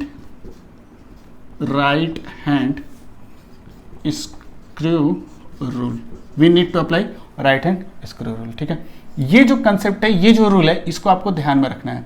इस रूल के थ्रू आप एग्जैक्ट डायरेक्शन निकाल सकते हो, लेकिन इस एग्जैक्ट डायरेक्शन, इस रूल को अप्लाई करने से पहले, इस रूल को अभी हम बताया नहीं है, लेकिन इस रूल को इंप्लीमेंट करने से पहले ये 2 पॉसिबल डायरेक्शंस आपको ध्यान में रखना जरूरी है, अदरवाइज आप इस रूल को अप्लाई नहीं कर सकते हो। दैट मीन्स ये 2 पॉसिबल डायरेक्शंस कैसे निकालते हैं, जल्दी से रिपीट करो, जल्दी बताओ कैसे निकालते हैं। सबसे पहले हम लोग क्या करते हैं कि ए क्रॉस बी का डायरेक्शन एन कैप की तरफ होगा, और एन कैप कौन सा, एक यूनिट वेक्टर है, एक कौन सा वेक्टर है, एक यूनिट वेक्टर है, और इस तरह के यूनिट वेक्टर का डायरेक्शन उन ए और बी के प्लेन के परपेंडिकुलर होगा। तो जो परपेंडिकुलर होगा वो 2 परपेंडिकुलर हो सकता है, लेकिन जब भी परपेंडिकुलर ड्रॉप करोगे ऑलवेज इन दोनों को पहले मीट कराओगे टेल टू टेल। यहां पर ए और B tail to tail meet कर रहा था, लेकिन अगर ए और B tail to tail meet नहीं करेगा, पहले मीट कराएंगे और इन दोनों के कॉमन पॉइंट से परपेंडिकुलर ड्रॉप करेंगे, तो ऊपर जाएगा नीचे जाएगा, दोनों में से कोई एक हो सकता है। ठीक है, और तब इसके बाद हम लोग क्या करेंगे, इस रूल को अप्लाई करेंगे। अब इस रूल को हम लोगों को सीखना होगा कि ये रूल एग्जैक्टली है क्या, और जैसे ये रूल आप सीख लेते हो तब आप ये डिसाइड कर पाओगे कि ए क्रॉस बी का exact direction in all the cases क्या होगा। ठीक है, क्लियर? तो थोड़ा बहुत आपको लॉजिकली सारा चीज क्लियर हो गया होगा कि एन कैप जो दिखने में इतना छोटा लग रहा था, लेकिन कितना कंसेप्चुअल है। ठीक है, मतलब फाइनली एग्जैक्ट डायरेक्शन निकालने के लिए हम लोगों को एक रूल फॉलो करना पड़ेगा, और इस रूल को हम लोग क्या कर रहे हैं, राइट हैंड स्क्रू रूल। ठीक है, अब सोचो कि अगर राइट हैंड स्क्रू रूल की बात करें तो इसको हम लोग कैसे समझेंगे, ये होता क्या है। ठीक है, अब हम लोग इस रूल पर कुछ देर के लिए गौर फरमाते हैं और देखते हैं कि इस रूल में क्या है और इस रूल को हम लोग कैसे समझेंगे। तो इसके लिए देखो, सबसे पहले इस रूल की अगर सबसे पहले मैं बात करूं तो इसमें देखो, इसमें कुछ लिखा हुआ है राइट हैंड, पहला स्टेटमेंट का कैसे तो फर्स्ट पार्ट, और ये क्या है सेकेंड पार्ट, ऐसे समझो। ठीक है, कहने का मतलब ये जो रूल मैं एक्सप्लेन करने जा रहा हूं, इस रूल में तो कह सकते हो कि वर्ड का इन्वॉल्वमेंट है राइट हैंड और स्क्रू रूल।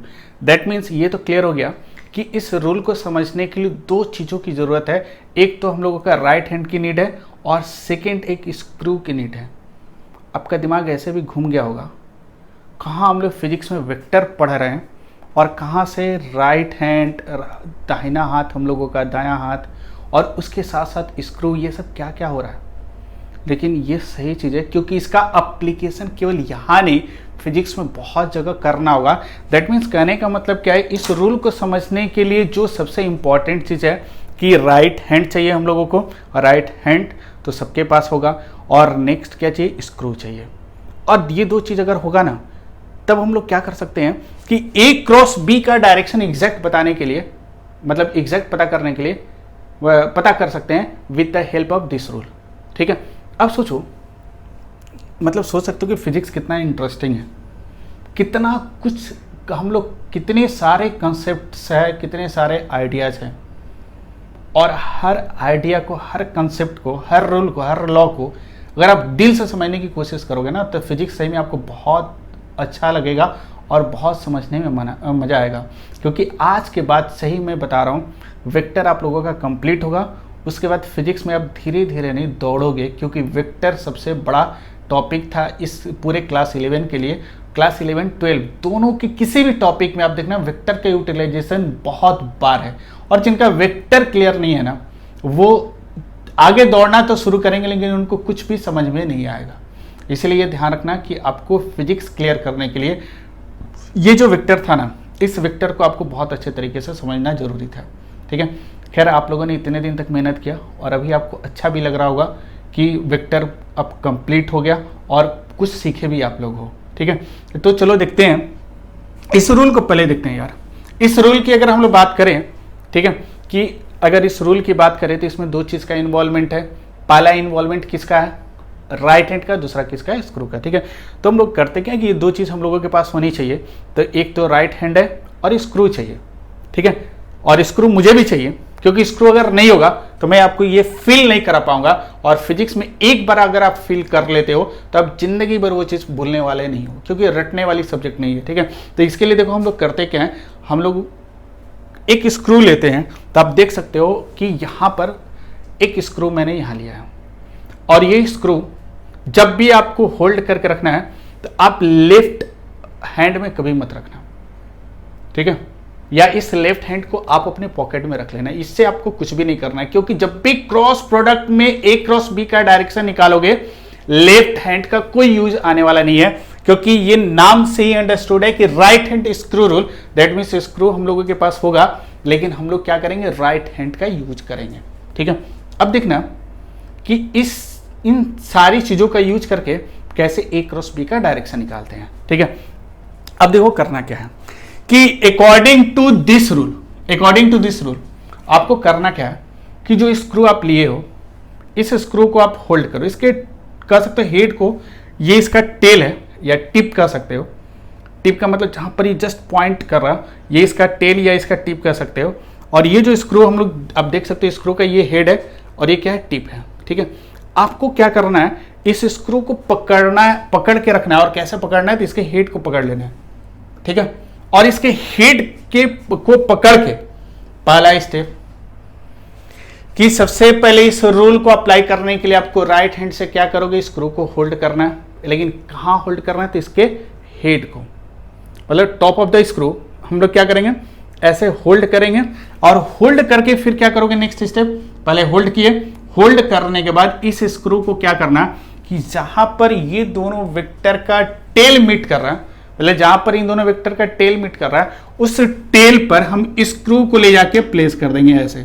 लेकिन प्लेस करते समय ध्यान रखना कि इस एंगल पर नहीं रखेंगे। जैसे ये देखो ऐसे रखोगे तो ये क्या होगा, टेल पर तो है लेकिन ये परपेंडिकुलर नहीं है, कुछ एंगल पर है। जब भी इस स्क्रू को रखेंगे ए और बी के टेल पर, ये ऑलवेज स्क्रू जो होगा उन दोनों के प्लेन के परपेंडिकुलर होना चाहिए। मतलब ए और बी के टेल पर स्क्रू का टिप रखेंगे, और इस टिप को मतलब इस टेल को रखते समय आपको ध्यान क्या रखना है कि दोनों वेक्टर के टेल पर होना चाहिए। और ये जो स्क्रू का ओरिएंटेशन है, ओरिएंटेशन मतलब इसको कैसे रखेंगे, तो उस प्लेन के परपेंडिकुलर रखना है, ठीक है। दैट मीन्स इस स्क्रू को हम ऐसे रख देंगे, ठीक है, क्लियर। दैट मीन्स दो स्टेप क्या था इस रूल का।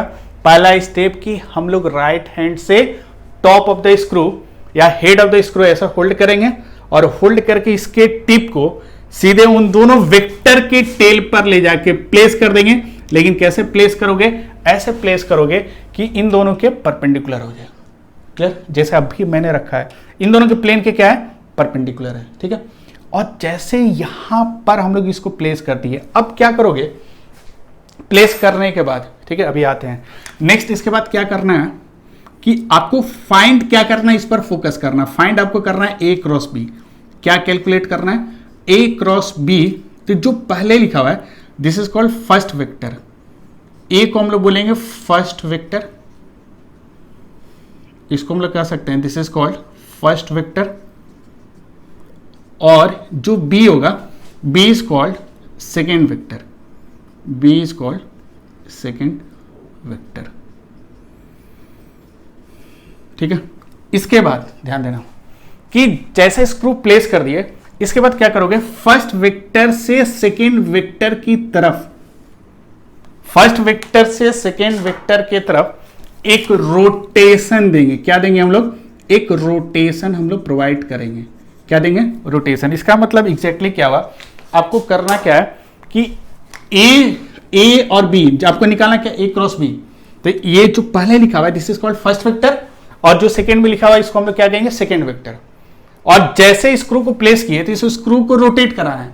लेकिन रोटेशन किधर कराना है, स्क्रू जब भी रोटेट होता है तो आपको ध्यान में रखना होगा कि स्क्रू जब भी रोटेट करेंगे या तो ऐसे रोटेट कराओगे, और नहीं तो फिर ऐसे होता है, ऐसे होता है तो ऊपर जाएगा, और ऐसे रोटेट कराओगे तो स्क्रू किधर जाता है, देखो नीचे जा रहा है। ऐसे स्क्रू रखें, ये जो रोटेशन है इस तरह के रोटेशन को कहते हैं क्लॉकवाइज, क्योंकि घड़ी के सुई की दिशा में घूम रहा है। घड़ी के सुई की दिशा में घूमेगा तो this rotation is called clockwise.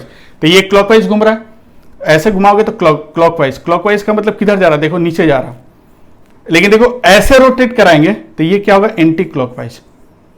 Anti मतलब ऊपर जा रहा है, ठीक है। एक चीज ध्यान रखना कि इस स्क्रू को रोटेट कराना है, कहां प्लेस करके, यहां प्लेस करके, लेकिन रोटेशन कैसे दोगे, क्लॉकवाइज घुमाओगे या एंटी क्लॉकवाइज, ये डिपेंड करता है कि फर्स्ट वेक्टर को रोटेट करेंगे, फर्स्ट वेक्टर का रोटेशन होगा टुवर्ड्स सेकेंड वेक्टर, मतलब ए को बी की तरफ घुमाएंगे तो इस तरह कुछ आएगा, ये rotation of A towards B, rotation of A towards B vector, ध्यान दो, ठीक है। दैट मीन्स कहने का मतलब क्या है कि जो ये स्टेटमेंट जो आपको कैलकुलेट करना है ना, वो डिसाइड करेगा कि ए को बी की तरफ ले जाना है या बी को ए की तरफ ले जाना है, ठीक है। दैट मीन्स अब देखो क्या करेंगे, अब ए क्रॉस बी का डायरेक्शन निकालना था। अब देखो इस स्क्रू को कैसे रखे थे, इस स्क्रू को अपने राइट हैंड से होल्ड किए, होल्ड कर उसके हेड को, और होल्ड करके इसके प्लेन के परपेंडिकुलर ये दोनों जहां वेक्टर मीट करा वहां रखेंगे। रखने के बाद अब इस स्क्रू को रोटेट कराएंगे। कैसे रोटेट कराओगे, मान लो वहीं रखा हुआ है, ये स्क्रू को रोटेट कराएंगे किधर, तो ये ए टू बी मतलब स्क्रू इधर रोटेट होगा, इस सेंस में रोटेट हो रहा है। ये ए क्रॉस बी निकालना है तो ए से बी की तरफ ये रोटेशन देंगे, तो ए से बी की तरफ इस स्क्रू को रोटेट कराओ, मतलब रोटेशन ऐसे है तो इसको भी ऐसे घुमाएंगे, तो ऐसे घुमाओगे तो आप ध्यान से देखो, स्क्रू अगर ऐसे है, अगर ऐसे घुमाओगे तो स्क्रू का नेचर क्या होता है, ये ऊपर की तरफ खुलता है, ये ऊपर की तरफ जाएगा, स्क्रू का मूवमेंट होगा किधर होगा, ऊपर की तरफ होगा। तो ये जो ऊपर की तरफ होगा ना, मतलब इसका जो मतलब कह सकते हो the direction in which screw advances is the direction of A cross B. सही से समझने की कोशिश करो। जैसे इसको रोटेट कराए ना ए टू बी, तो रोटेट कराने के बाद इस स्क्रू का मूवमेंट होगा या तो अप नहीं तो डाउन, किधर होगा, या तो अप नहीं तो डाउन, मतलब इस प्लेन के कह सकते हो it will go into the plane और it will come out from the plane. दो कंडीशन आएगा जब ये रोटेट करेगा ना, इसको रोटेट कराओगे, चाहे ऐसा रोटेट कराओ चाहे ऐसा रोटेट कराओ, तो दो पॉसिबिलिटी होगा। ये जो स्क्रू है ये क्या होगा, या तो इनटू द प्लेन जाएगा और नहीं तो आउट ऑफ द प्लेन जाएगा, ठीक है। तो कहने का मतलब अगर इस रोटेशन मतलब ए से बी की तरफ रोटेट कराएंगे इस स्क्रू को, अगर ये ऊपर की तरफ जाएगा, अगर इसका डिस्प्लेसमेंट का डायरेक्शन ऊपर होगा इस स्क्रू का, तो हम लोग कहेंगे कि ए क्रॉस बी का डायरेक्शन ऊपर है, मतलब स्क्रू जिस डायरेक्शन में चलेगा वो डायरेक्शन ए क्रॉस बी का होगा, ठीक है। सही से समझने की कोशिश करो, एक बार फिर से बताने की कोशिश कर रहा हूं, क्योंकि ये समझ गए ना तो आपका सब सारा चीज क्लियर हो जाएगा, ठीक है। देखो सबसे पहले आपको क्या करना है, इस सिचुएशन को मैं बता रहा हूं, इसके लिए आप क्या करो, इस तरह का दो वेक्टर हम ले लेते हैं। अगर आपको दिख रहा होगा बताने की कोशिश करो, ये कौन सा वेक्टर है, ए वेक्टर है, ये कौन सा वेक्टर है, बी वेक्टर है, ठीक है। और हम लोगों को क्या पता करना है, ए क्रॉस बी। तो ए क्रॉस बी का प्लेन डिसाइड करो। तो देखो ये प्लेन ऐसे रखा हुआ है तो इसको भी ऐसा रख दिए, तो ये प्लेन किसका है, ए बी का, ये वेक्टर ये है, ये वेक्टर बी है, ठीक है। अब हम लोग क्या करेंगे, अब हम लोग पता ये करेंगे कि ए क्रॉस बी का डायरेक्शन क्या होगा। तो सबसे पहले मैंने आपको क्या बताया था, एकदम स्टार्टिंग से आते हैं, ए क्रॉस बी का डायरेक्शन किधर होगा, तो ये ए क्रॉस बी का डायरेक्शन भाई तभी पता चलेगा जब ए और बी का प्लेन पता चलेगा। तो ए और बी का प्लेन ये वाला जो दिख रहा है, ये वाला जो ऑब्जेक्ट आपको दिख रहा है, ये प्लेन ऑफ ए बी है। अब देख सकते हो कि ये दोनों एक सरफेस के अंदर लाई कर रहा है, ये प्लेन का कंसेप्ट आपको और अच्छे से विजुलाइज होगा। तो ए और बी की अगर हम बात करें तो ए और बी एक प्लेन में लाई कर रहा है। नेक्स्ट इसके बाद क्या करोगे, इसके बाद हम लोग क्या करेंगे, इस प्लेन पर परपेंडिकुलर डालेंगे। तो परपेंडिकुलर कैसे डाल सकते हो, इस प्लेन के परपेंडिकुलर देखो ध्यान से, ये वाला जो लाइन है, मतलब इन दोनों के टेल से ये वाला जो लाइन है, ये कह सकते हो एक नॉर्मल है। नॉर्मल का मतलब क्या हो, परपेंडिकुलर टू दिस प्लेन, और एक नॉर्मल इधर आएगा। जो मैंने आपको बताया था कि आप कह रहे थे कि नॉर्मल इधर है, ये वाला आपका दोस्त कह रहा था कि नॉर्मल इधर नीचे है, इसलिए ए क्रॉस बी का डायरेक्शन दो हो सकता है, क्योंकि एन कैप इधर भी हो सकता है, एन कैप नीचे भी हो सकता है, एन कैप ऊपर भी हो सकता है, एन कैप नीचे भी हो सकता है, इसलिए एन कैप का दो डायरेक्शन, इसलिए ए क्रॉस बी का दो डायरेक्शन। तो ए क्रॉस बी या तो ऊपर की तरफ होगा और नहीं तो नीचे की तरफ होगा।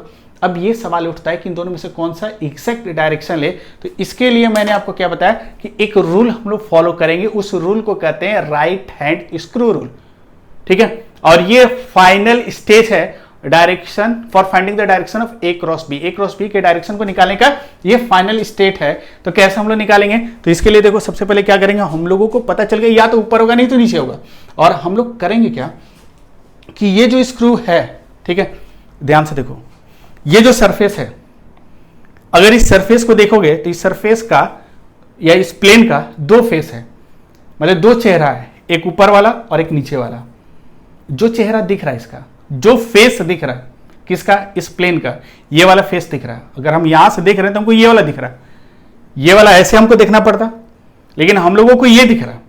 हम क्या करेंगे, जो फेस दिख रहा है इस प्लेन का, उस प्लेन पर हम क्या करेंगे, स्क्रू लेकर आएंगे। क्या लेकर आओगे, क्योंकि अब हम लोग right hand screw rule use कर रहे हैं। किसके लिए हम लोग यूज कर रहे हैं, किसके लिए, ए क्रॉस बी के एग्जैक्ट डायरेक्शन को फाइंड आउट करने के लिए। यार हाँ ना बोला करो, थोड़ा सा मेहनत करना है, केवल यही आज ही थोड़ा बहुत आपको मेहनत करना है, उसके बाद कुछ मेहनत नहीं करना होगा, ठीक है। तो ये हम लोग प्लेन ले लिए, प्लेन आपको दिख रहा, एग्जैक्ट डायरेक्शन निकालने के लिए हम लोग क्या करते हैं, स्क्रू ले लेते हैं, और ये जो स्क्रू लेंगे इसको राइट हैंड से ऐसा होल्ड करेंगे, और इन दोनों वेक्टर के टेल पर, इन दोनों वेक्टर का टेल यहां पर है, इस टेल पर इसको लाके प्लेस कर देते हैं। लेकिन प्लेस ऐसे करोगे, अगर ऐसे करोगे तो ये गलत तरीका है। इस स्क्रू को जब भी प्लेस करेंगे तो ऐसे नहीं, इसके ठीक परपेंडिकुलर प्लेस करेंगे। कैसे प्लेस करेंगे, इसके ठीक परपेंडिकुलर, ऐसे ऐसे देखो, इसको परपेंडिकुलर ऐसे प्लेस कर दिए, ठीक है। स्क्रू जब भी होगा ना तो इन दोनों के प्लेन के क्या होगा, परपेंडिकुलर होगा। क्लियर, दैट मीन्स स्क्रू को ऐसे रखती है, इन दोनों के परपेंडिकुलर, ठीक है। क्लियर, देख लो, देखो ये भी नाच रहा है, ये क्लियर हुआ कि नहीं हुआ, ऐसे रख दिया, ऐसे देखो, ऐसे होल्ड कर लेते हैं, ठीक है, ऐसे रखा हुआ है। नेक्स्ट इसके बाद क्या करोगे, इस स्क्रू को यहां रखने के बाद इसके हेड को पकड़ के इस स्क्रू को रोटेट करेंगे। रोटेशन या तो ऐसे दोगे और नहीं तो फिर ऐसे दोगे। जैसे एक बोतल के ढक्कन को क्या करते हो, बंद करते हो और उसको खोलते हो, उसी तरह स्क्रू को भी हम घुमा सकते हैं, इधर और नहीं तो इधर। अब स्क्रू को घुमाना है, लेकिन स्क्रू को अपने आप घुमा नहीं सकते हो, ये डिसाइड कौन करेगा, डिसाइड ये करेगा कि आपको निकालना क्या है। आपको निकालना है ए क्रॉस बी, तो ए क्रॉस बी आपको डिसाइड करेगा कि ये जो स्क्रू है कैसे इस स्क्रू को रोटेट कराना है, ठीक है। तो रोटेशन का सेंस किधर होगा, ए क्रॉस बी पूछा है तो हमेशा फर्स्ट वेक्टर से सेकेंड वेक्टर के तरफ जाते हैं। तो फर्स्ट वेक्टर से सेकेंड वेक्टर की तरफ जाओगे तो ये रोटेशन कौन सा है, इस तरह का रोटेशन मिला, मतलब ए से बी की तरफ जाओगे तो इधर घूमना चाहिए, मतलब ऐसे घूमेगा। दैट मींस ये स्क्रू क्या होगा, ऐसे घुमाएंगे, ठीक है। और इस स्क्रू को घुमाते समय इस स्क्रू के डिस्प्लेसमेंट पर कि स्क्रू कैसे डिस्प्लेस हो रहा है, कैसे कैसे ये चल रहा है, चलने इन द सेंस करने का मतलब क्या होगा, या तो ऊपर जाएगा नहीं तो नीचे जाएगा, क्योंकि स्क्रू का रोटेशन ऐसे करो या ऐसे करो, जब जैसे भी इसको रोटेट कराओगे स्क्रू का एक ही सिंगल मूवमेंट होता है, या तो नीचे जाता है नहीं तो ऊपर जाता है। यही ना तो कंडीशन होगा, ऐसे तिरछा तो जाएगा नहीं, जब भी जाएगा या तो नीचे जाएगा नहीं तो ऊपर जाएगा। तो हम लोग करेंगे क्या कि रोटेट कराते समय रोटेशन का सेंस कहां से मिला, तो ये जो इक्वेशन लिखे हैं ए क्रॉस बी, इससे पता चला कि फर्स्ट वेक्टर से सेकेंड वेक्टर की तरफ रोटेशन होगा। Rotation is towards the second vector की तरफ रोटेशन होगा। तो फर्स्ट से सेकेंड की तरफ घुमाएंगे, दैट मींस इस स्क्रू को ऐसे घुमाएंगे, ऐसे पकड़ लिए। अब देखो इसको घुमा रहे हैं, घुमाते समय इसको देखना है कि ये किधर जाएगा, ऊपर जाएगा या नीचे जाएगा, दोनों में से कोई एक ही तरफ जाएगा, ठीक है। और जिधर जाएगा ना वही ए क्रॉस बी का डायरेक्शन होगा, ये स्क्रू जिधर मूव करेगा, ठीक है, the direction in which screw advances is called direction of A cross B. ये जिस डायरेक्शन में एडवांस होगा, या तो ऊपर या तो नीचे, वही ए क्रॉस बी का डायरेक्शन होगा। ध्यान से देखो, अब क्या करते हैं, इसको ऐसे पकड़कर अब क्या करोगे, ए से बी की तरफ रोटेट कराते हैं, मतलब ऐसे। और देखो रोटेट करा रहे हैं तो ये किधर जा रहा है, ध्यान से देखो, ऐसे रोटेट करा रहे हैं तो ये स्क्रू अगर आप ध्यान से देखोगे तो ये खुल रहा है, किधर खुल रहा है बताओ तो, ये स्क्रू जा रहा है, किधर जा रहा है, अगर आप ध्यान से देखो ये ऊपर की तरफ जा रहा है। इसको जब ऐसे घुमा रहे हैं तो ये सीधे किधर भाग रहा है, ऊपर की तरफ, ठीक है। दैट मीन्स ये जो स्क्रू का मूवमेंट का डायरेक्शन है ऊपर जा रहा खोलने पर। ऐसे भी खोलते हो, जैसे बोतल का ढक्कन अगर ऐसे खोलोगे, ये सेंस को, इस सेंस को क्या बोलते हैं, इस सेंस को कहते हैं एंटी क्लॉकवाइज। इस सेंस को क्या बोलते हैं, एंटी क्लॉकवाइज। तो स्क्रू को जब एंटी क्लॉकवाइज खोलोगे तो ये किधर जाएगा, ऊपर की तरफ जा रहा। तो अगर ऊपर की तरफ जाएगा that means A cross B का डायरेक्शन किधर होगा, ऊपर की तरफ होगा। क्लियर हुआ, ठीक है। दैट मीन्स अगर फाइनली अगर राइट हैंड स्क्रू रूल की अगर हम बात करें तो राइट हैंड स्क्रू रूल को कैसे समझोगे, तो अभी जल्दी बताओ क्या करेंगे। सबसे पहले कि इन दोनों के प्लेन पर राइट हैंड से स्क्रू लेकर आएंगे और इन दोनों के टेल पर क्या करेंगे, इस स्क्रू को रख देंगे। और रखने के बाद फिर नेक्स्ट क्या करोगे, रोटेशन का सेंस देखेंगे। रोटेशन का सेंस क्या बोला है, ए क्रॉस बी, मतलब ए से बी की तरफ जाएंगे, ए से बी की तरफ जाएंगे तो ये कौन सा रोटेशन है, एंटी क्लॉकवाइज। अब इस स्क्रू को एंटी क्लॉकवाइज घुमाएंगे तो ये किधर भागेगा, एंटी क्लॉकवाइज घुमाने पर ऊपर जा रहा है, that means A cross B का डायरेक्शन ऊपर होगा। क्लियर, दैट मीन्स ये डायरेक्शन ही होगा, ए क्रॉस बी का डायरेक्शन कौन सा होगा, ऊपर वाला होगा। ठीक है, तो ये हम लोग कैसे पता चला, राइट हैंड स्क्रू रूल से। ठीक है, दैट मीन्स हम कह सकते हैं कि ये डायरेक्शन इसका नहीं होगा, ए क्रॉस बी का डायरेक्शन किधर होगा, ऊपर की तरफ होगा। ठीक है, अच्छा ये बताओ इस केस की अगर हम बात करें, अब यहां सोच के बताओ कि अगर इस केस में आपको पता करना हो कि ए क्रॉस बी का डायरेक्शन किधर होगा, या इधर होगा या इधर होगा, दोनों में से कोई एक होगा, कैसे पता करोगे, तो हम लोग करेंगे क्या, ये वाला सिचुएशन है, देखो एकदम ऐसे रखा हुआ जैसे ये है उसी तरह ये भी रखा हुआ। ठीक है, आपको दिख रहा होगा। नेक्स्ट क्या करेंगे, ए क्रॉस बी का डायरेक्शन देखते हैं, या तो इधर होगा और नहीं तो फिर इधर होगा, दो परपेंडिकुलर है, या तो इस तरफ होगा और नहीं तो उधर होगा, दोनों में से कोई एक होगा। पहले तो ये प्रेडिक्टेड डायरेक्शन पता कर लेना, दो हो सकता है। अब दोनों में से कौन सा डायरेक्शन लेना है, इसके लिए किस रूल का यूज करोगे, तो राइट हैंड स्क्रू रूल का। कैसे यूज करेंगे, तो अपने राइट हैंड में स्क्रू ले लो। आप ये काम कर सकते हो, पेन ले लो ना, पेन लेकर करो, कर सकते हो कॉपी में। अब क्या करना कि यहां पर वेक्टर ड्रॉ कर दो, कॉपी ऐसे रखो, मतलब एक पेज ले लेना और पेन को ऐसे रख दो इन दोनों के प्लेन के परपेंडिकुलर। अब देखो क्या करेंगे, इसके परपेंडिकुलर रख दिए, रखने के बाद अब क्या करना होगा, इन दोनों के प्लेन के परपेंडिकुलर स्क्रू रख दिए, टेल पर रखेंगे और फिर इस स्क्रू को रोटेट कराएंगे। स्क्रू का रोटेशन किधर होगा, या तो इधर होगा नहीं तो इधर होगा, ये रोटेशन इधर होगा नहीं तो इधर होगा। तो ये रोटेशन पता कैसे चलेगा कि ऐसे घुमाए स्क्रू को या ऐसे घुमाए, कैसे घुमाओगे, तो ये डिसाइड करेगा क्या आपको पता करना है। आपको पता करना है ए क्रॉस बी, तो अगर ए क्रॉस बी पता करना है तो ए से बी की तरफ इधर आओगे, दैट मीन्स स्क्रू को ऐसे रोटेट कराएंगे। तो ऐसे रोटेट कराओगे तो जैसे एक डब्बा खुलता है, एक बोतल को जब उसके ढक्कन को खोलते हो या स्क्रू इधर भागेगा, देखो खोल रहे हैं तो किधर जा रहा है, इधर जा रहा है, that means A cross B का डायरेक्शन किधर होगा, तो आप कह सकते हो इस तरफ होगा, क्योंकि इसको खोलते समय ए से बी की तरफ खोलते समय इधर आ रहा था, इसलिए ए क्रॉस बी का डायरेक्शन ये होगा। ठीक है, दैट मीन्स कह सकते हैं कि ये वाला डायरेक्शन तो नहीं आएगा, ए क्रॉस बी का डायरेक्शन ये नहीं आएगा, तो ए क्रॉस बी का डायरेक्शन ये वाला होगा। अब देखो नेक्स्ट वाले सिचुएशन को देखते हैं, इसमें ए क्रॉस बी का डायरेक्शन क्या होगा। ठीक है, तो ए क्रॉस बी का डायरेक्शन कैसे होगा, तो देखो प्लेन कैसे है, प्लेन ऐसे है, मतलब प्लेन ऐसे है। ठीक है, ये प्लेन ऐसे है। नेक्स्ट क्या करोगे, इस स्क्रू को लेकर आएंगे राइट हैंड से और आपको जो फेस दिख रहा है, एक चीज ध्यान रखना, फेस दिखना होगा। जैसे अभी कुछ देर पहले हम लोग किए थे, तो इसमें दो, इस सरफेस का, इस प्लेन का दो फेस है, एक ये वाला और एक पीछे वाला। जो दिख रहा हम लोगों को दिख रहा है ये, तो उसी फेस के परपेंडिकुलर स्क्रू को रखे थे। यहां भी देखो ऐसे है, हमको ये दिख रहा है, लेकिन अगर हम ऐसे कर दिए तो हमको ये दिखेगा। ठीक है, अगर आप देखो आपके अकॉर्डिंग आपको कौन सा दिख रहा है, ये वाला दिख रहा होगा, आपके हिसाब से डायरेक्शन देखते हैं। ये वाले सिचुएशन को यहां दिखा दिए, तो ये वेक्टर ए है और ये वेक्टर क्या है, बी है। नेक्स्ट क्या करोगे, एग्जैक्ट डायरेक्शन निकालने के लिए आपके पॉइंट ऑफ व्यू से, तो आपको ये वाला फेस दिख रहा है, तो इस फेस के परपेंडिकुलर, ठीक है, अगर इस फेस के परपेंडिकुलर अगर हम क्या करेंगे, स्क्रू ला के रख देंगे और इस स्क्रू को रोटेट कराएंगे। कैसे रोटेट कराओगे, तो हम लोग क्या चेक करेंगे कि क्या पता करना है, ए क्रॉस बी, तो ए से बी की तरफ इसको घुमाओगे। किसको घुमाओगे, ए से बी की तरफ, मतलब ये कौन सा रोटेशन है, ये वाला रोटेशन है। ये वाला रोटेशन कौन सा होता है, एंटी क्लॉकवाइज, क्योंकि घड़ी ऐसे, घड़ी का सुई ऐसे घूमता है तो इसको बोलते हैं क्लॉकवाइज। ये वाला रोटेशन कौन सा है, एंटी क्लॉकवाइज। एंटी का मतलब जब इसको रोटेट कराओगे तो किधर खुलेगा, इधर की तरफ जाएगा, तो इधर जाएगा मतलब ए क्रॉस बी का डायरेक्शन इस तरफ आएगा। ए क्रॉस बी इस प्लेन के क्या है, परपेंडिकुलर है। क्लियर हुआ, ठीक है। तो ये आपको ये वाला फेस दिख रहा था, दिस सरफेस, ये सरफेस है, पूरे को मिलाकर एक सरफेस या प्लेन कर सकते हैं, लेकिन this plane has two faces, एक ये पीछे वाला और एक फ्रंट वाला, फ्रंट और बैक। आपको जो दिख रहा होगा मेरे ख्याल से ये वाला फ्रंट वाला दिख रहा होगा, इसलिए मैंने जो दिख रहा आपके अकॉर्डिंग मैंने स्क्रू के यहां रखा। ठीक है, तो आपके अकॉर्डिंग जो ए क्रॉस बी निकला किधर निकला, इधर आ गया। ठीक है, तो ए क्रॉस बी का डायरेक्शन इधर आएगा। लेकिन यहां पर देखो बहुत सारा डाउट एराइज हो सकता है।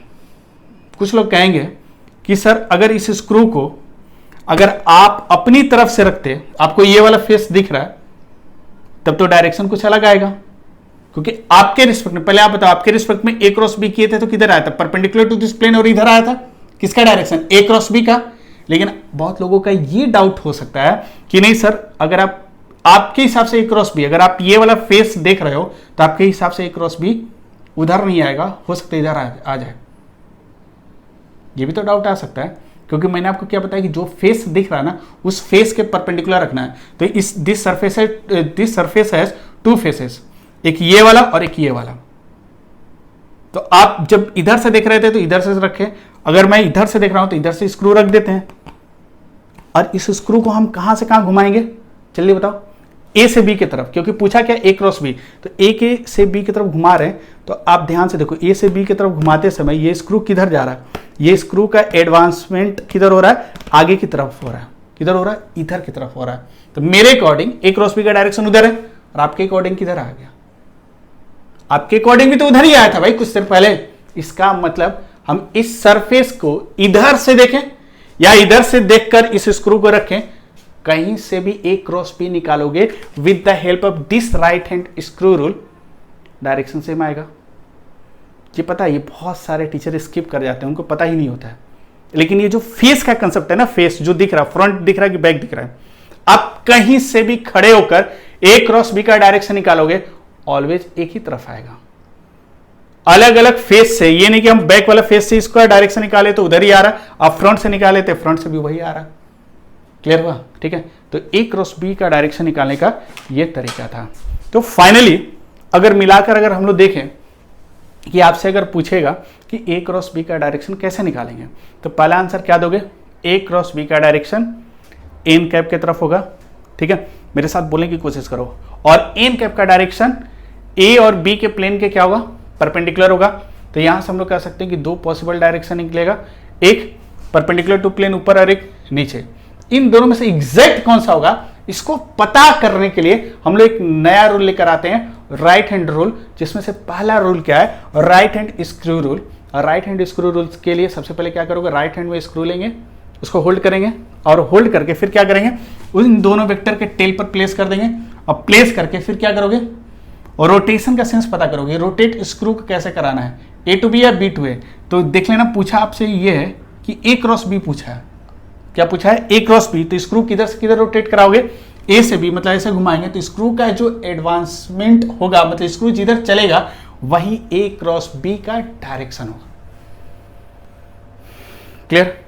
तो इस केस में ए क्रॉस बी का डायरेक्शन ऊपर, इस केस में रोटेशन का सेंस किधर आ रहा था, ए क्रॉस बी चाहिए था, तो ए से बी ये रोटेशन का सेंस है, रोटेशन का सेंस है, इसलिए स्क्रू भी ऐसे ही रोटेट करेगा। ठीक है, ये ध्यान में आ रहा है कि ये रोटेशन स्क्रू का कैसे होगा। इसको थोड़ा सा ड्रॉ कर देते हैं तो और आपको क्लियर हो जाएगा। ये हम लोग का स्क्रू है,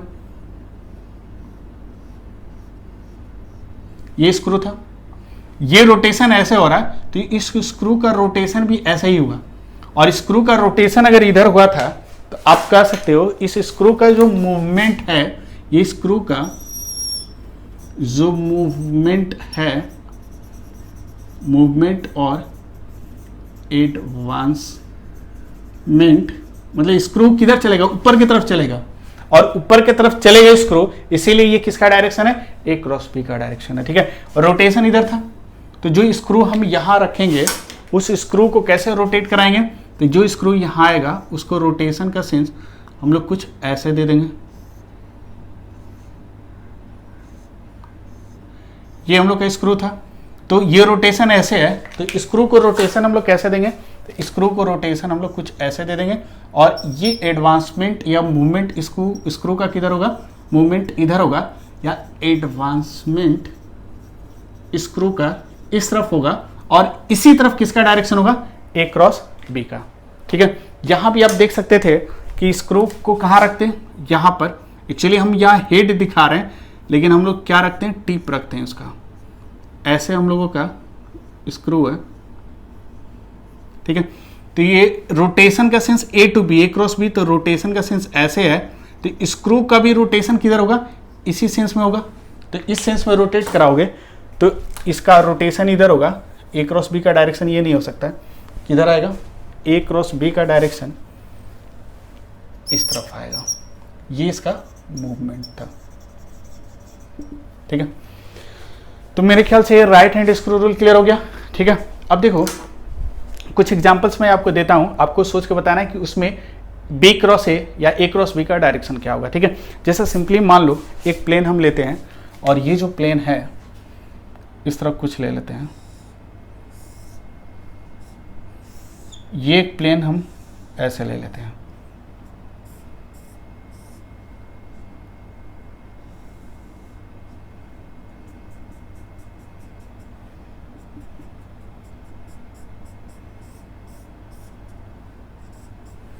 और इस प्लेन पर दो वेक्टर हम कंसिडर कर लेते हैं।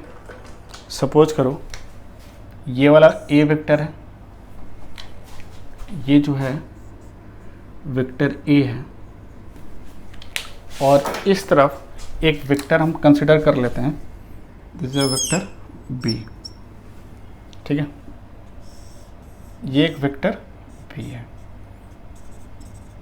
ये एंगल थीटा है। आपसे पूछा है कि बी क्रॉस ए कितना होगा। ठीक है, बी क्रॉस ए का डायरेक्शन किधर होगा। ठीक है, तब डायरेक्शन कैसे निकालोगे, तो देखो एक एक स्टेप।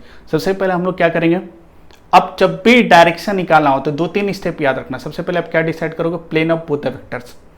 ए क्रॉस बी जब भी फाइंड आउट करना हो तो ये स्टेप लिख लेना, मैं लिखवा नहीं रहा हूं। स्टेप 1 क्या करोगे, we first of all we have to decide the plane of A vector and B vector. Clear. ठीक है, पहला स्टेप लिख लेना कि जब भी हम ए क्रॉस बी या बी क्रॉस ए का डायरेक्शन पता करेंगे तो फॉर दिस कह सकते हो operation we have to follow some steps. पहला स्टेप 1 कि first of all we have to find the plane of vector A and vector B, उन दोनों का प्लेन डिसाइड करेंगे। ठीक है, सेकेंड स्टेप क्या होगा, तो इन दोनों का प्लेन कौन सा है, ये वाला प्लेन है। सेकेंड स्टेप क्या है कि then step 2 then we have to find the कह सकते हो possible direction of A cross B. तो पॉसिबल डायरेक्शन क्या होगा, इसके टेल से दो परपेंडिकुलर ड्रॉ करेंगे इस प्लेन पर, एक ये वाला डायरेक्शन आएगा और एक ये वाला डायरेक्शन आएगा। ठीक है, दैट मीन्स ये दो पॉसिबल डायरेक्शन आएगा। सेकेंड स्टेप 2 ये था। स्टेप 2 क्या था, then we have to draw 2 possible directions of A cross B. तो ए क्रॉस बी या बी क्रॉस ए जो भी पूछा है वो या तो इधर होगा नहीं तो इधर होगा।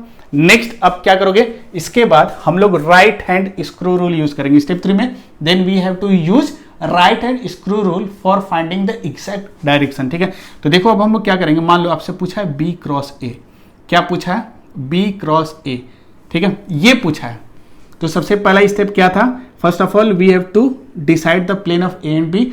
स्टेप 2 क्या था, next we have to find the possible direction of B cross A. तो दो डायरेक्शन हो सकता है, इस प्लेन के परपेंडिकुलर इन दोनों के टेल से इधर हो सकता है या इधर हो सकता है। नेक्स्ट फाइनल स्टेप क्या करेंगे, then finally we have to apply right hand screw rule for the finding the exact direction of B cross ए।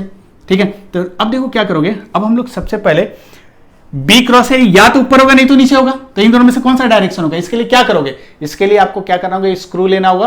और उस स्क्रू का कंडीशन क्या है कि इन दोनों के टेल पर देखो क्या करोगे, इन दोनों के टेल पर ऐसे रख देंगे, लेकिन जब भी रखोगे इन दोनों के प्लेन के परपेंडिकुलर, और फिर क्या करोगे, इस स्क्रू को रोटेशन देंगे।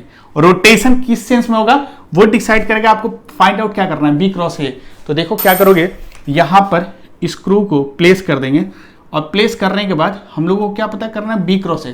तो रोटेशन किधर होगा, rotation always first vector to second vector. तो इन दोनों में फर्स्ट वेक्टर कौन सा है, बी है, और सेकेंड वेक्टर कौन सा, ए है।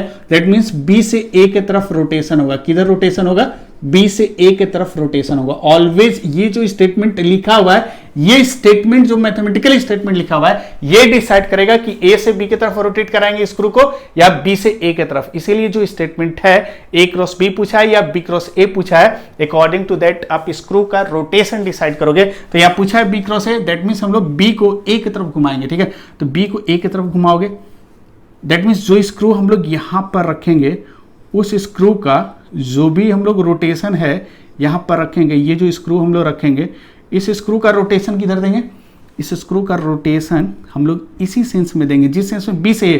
तो इस स्क्रू का रोटेशन किधर होगा, इसी सेंस में होगा। और इस सेंस को क्या बोलेंगे, ये कह सकते हो कि अगर क्लॉक रखोगे तो उसका अपोजिट आ रहा है, तो ये सेंस कौन सा, एंटी क्लॉकवाइज।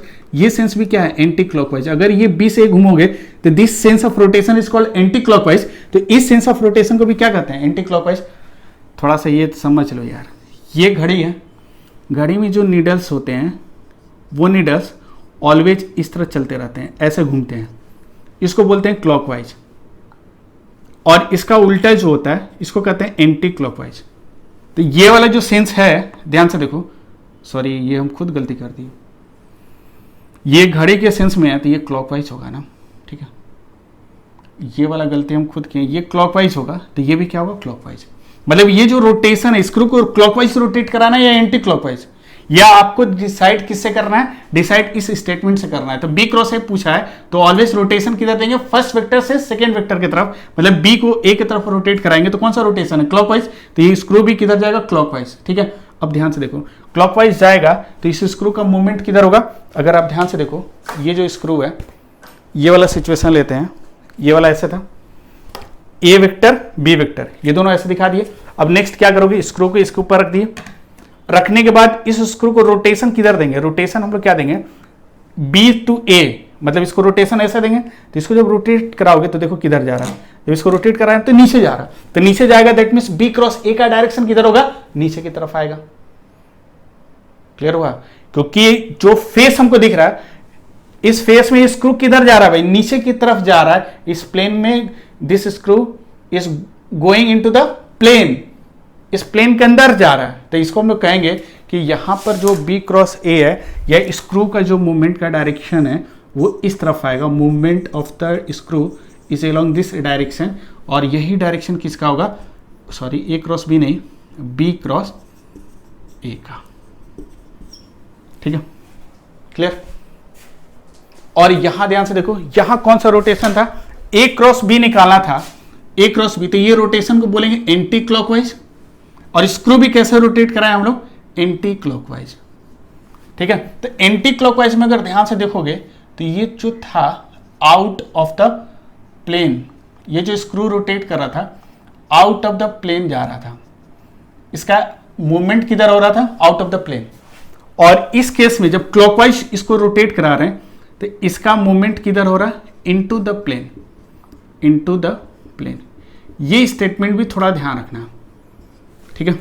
अगर रोटेशन अगर ध्यान से देखें एंटी क्लॉकवाइज स्क्रू का हो रहा है तो वो किधर जा रहा है, जो अगर हम लोग ऊपर से देख रहे हैं तो हम लोग के रिस्पेक्ट में ये जो स्क्रू है किधर जाएगा, ऊपर की तरफ, आउट, मतलब उस प्लेन से ऊपर निकलता हुआ दिख रहा है। और बी क्रॉस ए में क्या हो रहा था, वो स्क्रू अंदर जाते हुए दिख रहा था। दैट मीन्स अगर ध्यान से देखो, अगर ये ए और बी दो वेक्टर हैं, यहां पर स्क्रू को रख दिया, अगर आपसे कोई कहे कि ए क्रॉस बी निकालो, मतलब ए से बी रोटेशन देंगे, कौन सा सेंस है, एंटी क्लॉकवाइज। एंटी क्लॉकवाइज में किधर जाएगा, ये ऊपर की तरफ जा रहा है, मतलब ए क्रॉस बी का डायरेक्शन ऊपर है। और इन द सिमिलर वे अगर इसी सिचुएशन में आपसे किसी ने कहा होता कि बी क्रॉस ए का डायरेक्शन क्या होगा, तो क्या बताते, तो बी क्रॉस ए का डायरेक्शन किधर आएगा, तो बी से ए की तरफ घुमाते तो ये क्लॉकवाइज होता है, तो ये किधर जा रहा है, नीचे की तरफ जा रहा है, मतलब बी क्रॉस ए नीचे आएगा और ए क्रॉस बी ऊपर की तरफ जाएगा, ठीक है। दैट मीन्स हम लोग कह सकते हैं ये बहुत इंपॉर्टेंट कंसेप्ट है। स्क्रू के साथ अगर ये याद रखते हो ना कि स्क्रू अगर एंटी क्लॉकवाइज रोटेट कर रहा है तो आउट ऑफ द प्लेन, क्योंकि देखो जो प्लेन हमको दिख रहा है, हम लोगों को फेस कौन सा दिख रहा है, ये वाला दिख रहा है। तो इस फेस से क्या लग रहा है कि जब हम बी क्रॉस ए निकाल रहे हैं तो ये जो स्क्रू है इनटू द प्लेन जा रहा, और जब ए क्रॉस बी निकाल रहे हैं तो ये screw out of the plane आ रहा। मतलब जो ऑब्जर्वर हम खुद हैं, या आपको अगर ये दिख रहा होगा तो आप ऑब्जर्वर खुद हो, तो ये फेस अगर आपको दिख रहा है तो इस फेस के अकॉर्डिंग जब ए क्रॉस बी, मतलब इसका रोटेशन क्या है, एंटी क्लॉकवाइज, तो ऊपर जा रहा है। लेकिन जब इसको क्लॉकवाइज बी क्रॉस ए निकाल रहे हैं तो ये नीचे जा रहा। किसके रिस्पेक्ट में, हम लोगों के रिस्पेक्ट में। जो इस वाले फेस को देख रहा है, जो नीचे होगा वो उसकी बात नहीं कर रहे हैं, नीचे होगा तो उसके लिए कुछ और कंसेप्ट हो जाएगा। हम लोग के लिए ये जो स्क्रू है जब क्लॉकवाइज रोटेट करा रहे हैं तो इनटू द प्लेन जा रहा, और जब एंटी क्लॉकवाइज रोटेट करा रहे हैं तो आउट ऑफ द प्लेन आ रहा, ठीक है। दैट मीन्स ये चीज ध्यान में रखना कि जो रोटेशन ऑफ द स्क्रू है, रोटेशन ऑफ द, ऐसे एक बहुत इंपॉर्टेंट कंसेप्ट है, रोटेशन ऑफ द स्क्रू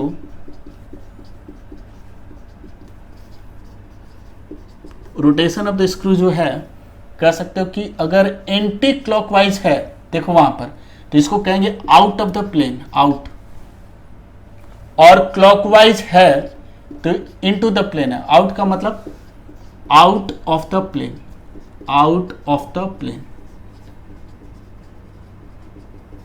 और इन क्या है, into the plane, into the plane,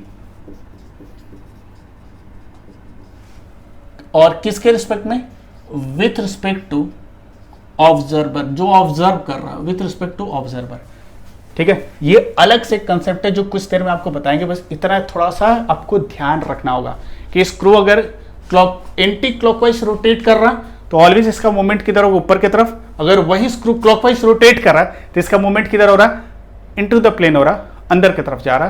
किसके रिस्पेक्ट में, with respect to observer. Observer कौन है, ऑब्जर्वर हम लोग हैं। हम लोगों को कौन सा दिख रहा था, ये वाला फेस दिख रहा था, नीचे वाला नहीं।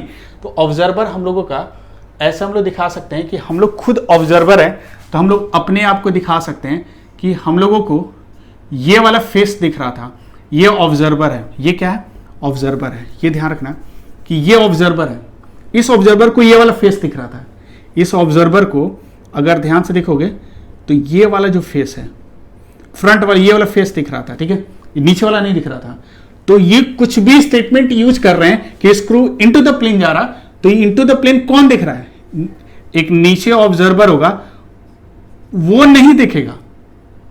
ये वाला ऑब्जर्वर देख रहा है कि स्क्रू इनटू द प्लेन जा रहा, और ये आउट ऑफ द प्लेन आ रहा है। ये कौन देख रहा है, जो ऑब्जर्वर इस फेस को देख रहा है, वो ऑब्जर्वर हम लोग हो सकते हैं। तो हम लोग अपने आप को ऐसा दिखा सकते हैं, ठीक है। हमेशा फेस के सामने एक ऑब्जर्वर ले लेना।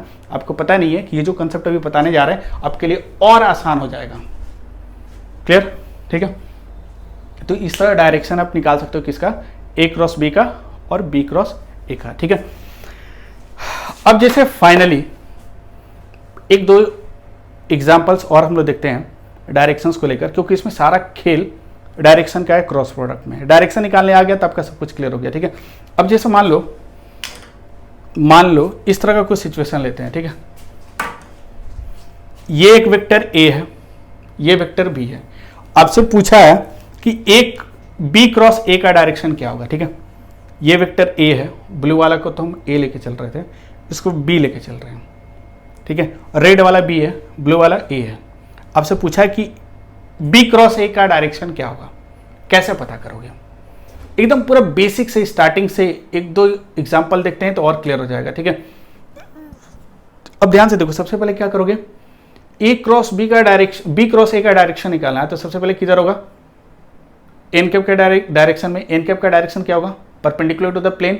दैट मीन सबसे पहले क्या डिसाइड करेंगे, मैंने 3 स्टेप बताए थे। सबसे पहले प्लेन डिसाइड करेंगे, इन दोनों वेक्टर का प्लेन क्या होगा। डायरेक्शन जब भी ए क्रॉस बी या बी क्रॉस ए का निकालना हो, हमेशा प्लेन सबसे पहले डिसाइड करेंगे। तो इन दोनों का प्लेन कौन सा होगा, तो इन दोनों का प्लेन आप कह सकते हो कि ये दोनों एक जिस सरफेस में लाई करेगा, तो कौन सा सरफेस है, ये वाला सरफेस है जिसमें दोनों लाई कर रहा है। इन दोनों वेक्टर को हटा दिए, अब दोनों वेक्टर यहां दिख रहा है आपको, ये ए वेक्टर, ये कौन सा है, बी वेक्टर है। आप लोगों से पूछा क्या था, बी क्रॉस है। तो सबसे पहले प्लेन, ये वाला प्लेन डिसाइड करना था, कर लिए। स्टेप 2 मैंने आपको लिखवाया था, आपने नोट भी किया होगा, जो नहीं किया फिर से बैक करके नोट कर लो। स्टेप 2 क्या है, स्टेप 2 में हम लोग क्या करेंगे कि इस प्लेन के परपेंडिकुलर इन दोनों का टेल जहां मीट कर रहा है वहां राइट हैंड से एक स्क्रू ला के प्लेस करेंगे। तो इस राइट हैंड से हम स्क्रू ला के प्लेस करेंगे, लेकिन कैसा प्लेस करोगे, ऑलवेज परपेंडिकुलर होगा। एक स्क्रू ऐसा प्लेस कर दिए।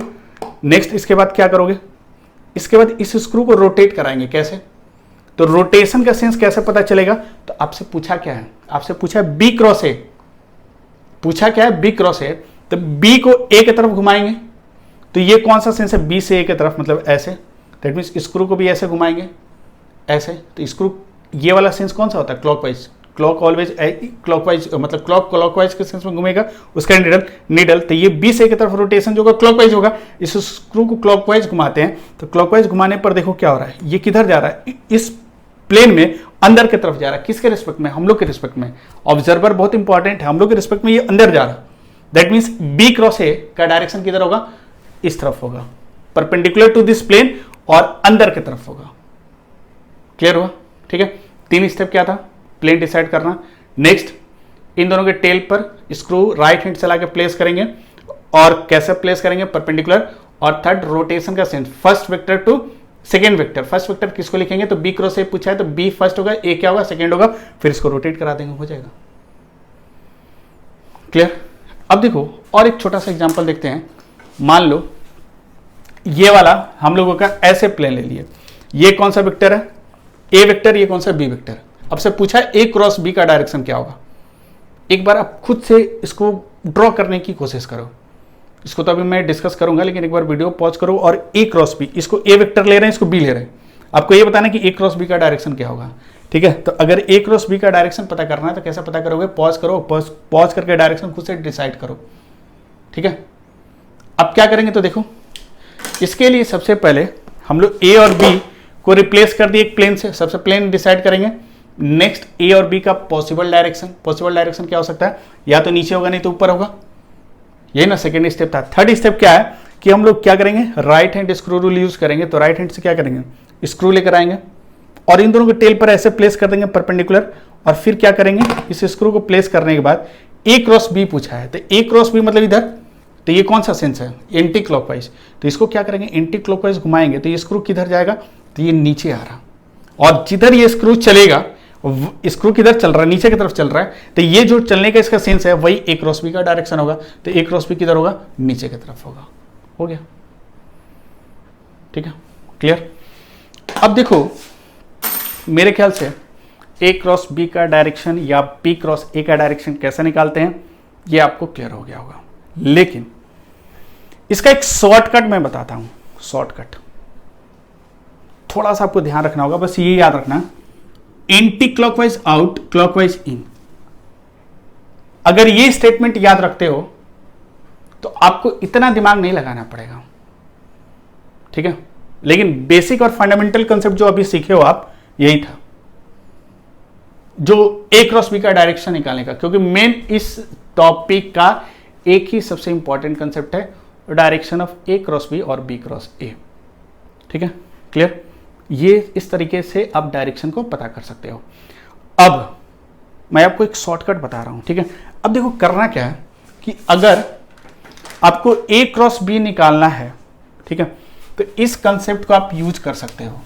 और इस कंसेप्ट को कैसे यूज करोगे तो इसको समझने की कोशिश करो।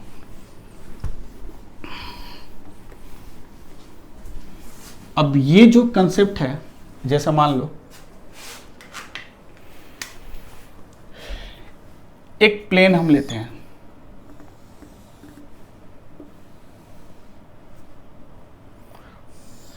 ये एक प्लेन ऐसा हम कंसिडर कर लिए,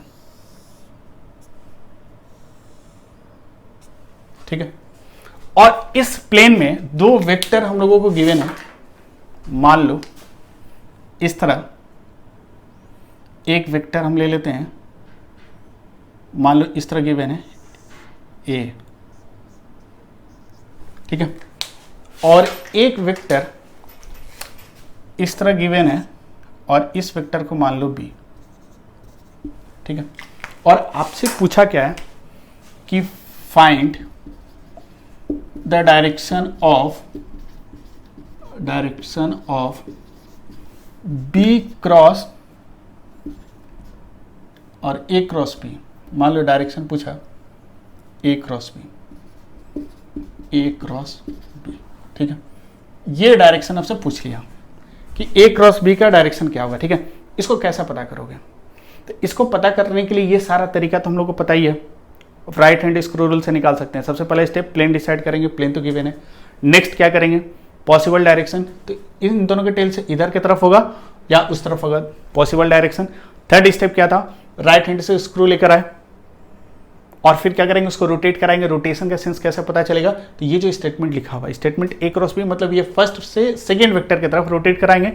तो ये ए से बी मतलब वो कौन सा रोटेशन है, स्क्रू इधर रोटेट कराओगे ए टू बी, तो वो सीधे अंदर की तरफ जाएगा, तो ए क्रॉस बी का डायरेक्शन अंदर की तरफ होगा। ये एक तरीका है, लेकिन जो शॉर्टकट तरीका है, ठीक है। तो अब हम लोग जो यूज करेंगे डायरेक्शन को फाइंड आउट करने के लिए, एक शॉर्टकट तरीका मैं आपको बता रहा हूं, थोड़ा सा ध्यान देना, ये क्लियर हो जाएगा, ठीक है। शॉर्टकट तरीका क्या है कि सबसे पहले place an observer in front of the plane containing both the vectors a and b, ठीक है, पहला step. Next, rotate the first vector from first vector towards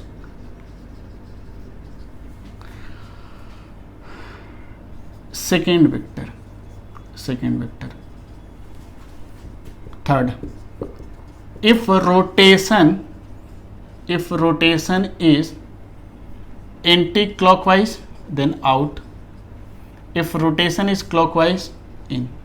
बस ये 3 स्टेप काफी है।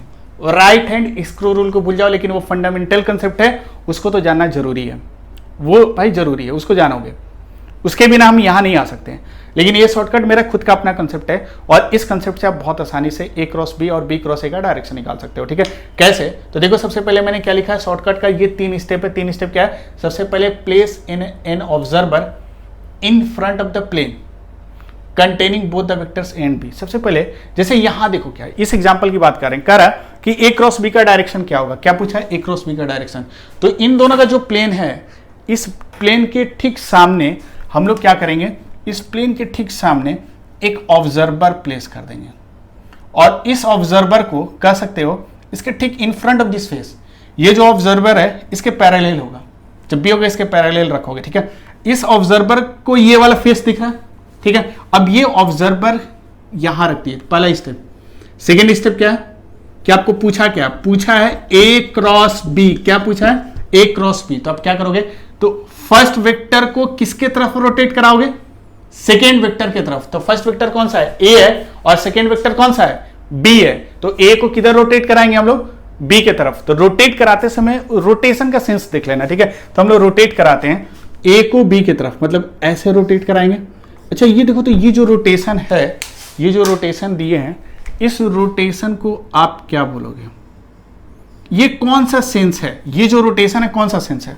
या तो क्लॉकवाइज होगा, नहीं तो एंटी क्लॉकवाइज होगा। ठीक है, तो सोचो, अगर एक घड़ी ऐसे होता है, तो इस घड़ी में जो नीडल होता है वो ऐसे घूमेगा, तो इसको बोलते हैं क्लॉकवाइज। ये कौन सा सेंस है? ये तो क्लॉकवाइज ही हुआ ना भाई, A से B जा रहे हैं, तो ये कौन सा सेंस है? क्लॉकवाइज। तो आप, मैंने क्या बताया था, second step, rotate the first vector to towards second vector. First vector कौन सा है? A है। फर्स्ट हमेशा जो फर्स्ट में लिखा हुआ है क्रॉस के पहले, वो फर्स्ट वेक्टर होगा, ये सेकेंड वेक्टर होगा। फर्स्ट वेक्टर को किधर रोटेट कराएंगे? सेकेंड वेक्टर की तरफ। तो A क्रॉस B पता चल जाएगा। तो A को B की तरफ घुमा, किधर जाएगा? A ये किस सेंस में घूमेगा? तो हम लोग कहेंगे क्लॉकवाइज। किस सेंस में? क्लॉकवाइज। थर्ड स्टेप देखो, अगर रोटेशन एंटी क्लॉकवाइज आएगा, एंटी क्लॉकवाइज रोटेशन आएगा, तो जो A क्रॉस B होगा या B क्रॉस A होगा वो आउट होगा, प्लेन के आउटवर्ड होगा, और क्लॉकवाइज होगा, इन होगा। कहने का मतलब क्या है, ये ऑब्जर्वर क्या देख रहा है? रोटेशन कैसा है? क्लॉकवाइज। तो इसको याद रखने का क्या तरीका है? एंटी आउट, क्लॉक इन, इसको याद रखने का तरीका। तो इसको याद रखने का तरीका क्या है, बहुत लोग गलती क्या कर सकते हैं ना, मान लो अभी पढ़ा रहे हैं तो आपको ये दिख रहा है, एंटी क्लॉकवाइज होगा तो आउटवर्ड लेंगे, और क्लॉकवाइज दिखेगा तो इनवर्ड लेंगे। लेकिन आप क्या करोगे, जैसे क्रिकेट मैच खेलते हो तो जो आपका एंटी होता है उसको आउट करते हो, उसी तरह एंटी मतलब आउट एक निमोनिक्स है जो आप रिलेट कर सकते हो, आप भूलोगे नहीं। जब भी एंटी क्लॉकवाइज की बात आएगी तुरंत एक क्रिकेट मैच वाला कंसेप्ट याद कर लेना कि अगर क्रिकेट में खेलते समय जो हम लोग का एंटी होता है उसको आउट करते हैं, तो इसलिए एंटी क्लॉकवाइज के सामने आउट। क्लॉक इन, क्लॉकवाइज इन मतलब क्लॉक इन, क्लॉक इन मतलब घड़ी को घर के अंदर लाते हैं, तो इसलिए क्या कहते हैं? Clock in. तो ये सब कोई कंसेप्ट नहीं है, कोई नया कंसेप्ट नहीं है, ये जस्ट निमोनिक से याद रखने का तरीका है। तो आपको पता चल गया क्लॉकवाइज। क्लॉकवाइज में आप सोचो इन होगा कि आउट होगा, तो आप देखो क्लॉक इन, घड़ी को घर के अंदर लेकर आते हैं तो क्लॉक इन मतलब क्लॉकवाइज मतलब इन। इन का मतलब होता है इनवर्ड्स, इन का मतलब इनवर्ड्स। ठीक है, दैट मीन्स ये जो ऑब्जर्वर है इनवर्ड्स देखेगा किसको? A क्रॉस B को। A क्रॉस B इनवर्ड्स का मतलब किधर होगा? इसके ठीक परपेंडिकुलर, मतलब इस तरफ। इसके ठीक परपेंडिकुलर मतलब A क्रॉस B का डायरेक्शन किधर दिखेगा? इस तरफ दिखेगा। तो ये किसका डायरेक्शन होगा? A क्रॉस B का। बहुत सिंपल है यार। यहां से इन A क्रॉस B का रोटेशन क्या दिख रहा है? इनवर्ड। इनवर्ड मतलब इस प्लेन के अंदर जाते हुए दिखेगा, अंदर जाते हुए दिखेगा, लेकिन हमेशा परपेंडिकुलर जाते हुए दिखेगा, कोई एंगल से नहीं। ठीक है, जैसे एक सिंपल सा इस कंसेप्ट को और देखो, जैसे मान लो ये वेक्टर है, कोई हम स्क्रू नहीं ले रहे हैं, ऐसे दो वेक्टर रखा हुआ है, आपसे पूछा कि find A cross B। A cross B का डायरेक्शन क्या होगा? आप क्या करोगे? ऑब्जर्वर एक चाहिए, आप खुद हो जाओ, आप ऑब्जर्वर हो, आपके सामने ये प्लेन है, पहला स्टेप क्या था, place an observer in front of the plane containing both the vectors. इन दोनों वेक्टर को कंसिडर करता हुआ जो प्लेन है उसके ठीक सामने ऑब्जर्वर रख दिया, आप खुद हो गए वे ना भाई। अब सोचो, आप फील करो, अब आपको क्या करना है, पूछा क्या है, ए क्रॉस बी पूछा है, तो ए को बी की तरफ घुमाओ, ए को बी की तरफ घुमाओगे तो ये कौन सा रोटेशन है, ये कौन सा रोटेशन है, एंटी क्लॉकवाइज, ये रोटेशन एंटी क्लॉकवाइज। अब आप ऑब्जर्वर हो, आप क्या बोलोगे कि एंटी क्लॉकवाइज का मतलब क्या समझोगे, एंटी आउट, जो हम लोग का एंटी होता है उसका आउट कर देते हैं, इसका मतलब ये एंटी आउट, आउट का मतलब आपके रिस्पेक्ट में जो भी ए क्रॉस बी होगा आउटवर्ड की तरफ होगा, मतलब ए क्रॉस बी इधर होगा, आपके तरफ होगा, मतलब ए क्रॉस बी का डायरेक्शन आउट की तरफ होगा। आउट का मतलब क्या होगा, कह सकते हो कि इस तरफ आपके तरफ होगा, इन का मतलब क्या होगा, अंदर की तरफ होगा।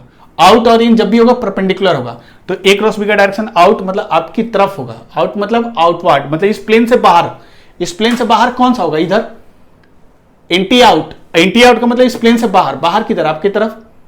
और क्लॉक इन मतलब जैसे आपसे पूछा होता बी क्रॉस ए का डायरेक्शन क्या होगा, सबसे पहले ऑब्जर्वर आप खुद हो गए, नेक्स्ट बी को ए की तरफ घुमाओ, कौन सा सेंस है, फर्स्ट वेक्टर से सेकंड वेक्टर की तरफ रोटेट कराएंगे तो बी क्रॉस ए किधर आएगा, कौन सा सेंस है, क्लॉकवाइज। क्लॉक इन का मतलब इनवर्ड मतलब ये सरफेस है, इस सरफेस के इनवर्ड किधर होगा, जब इधर इंटर करेंगे तो इंटर करोगे मतलब बी क्रॉस ए किधर होगा, अंदर की तरफ होगा। क्लियर हुआ, ठीक है।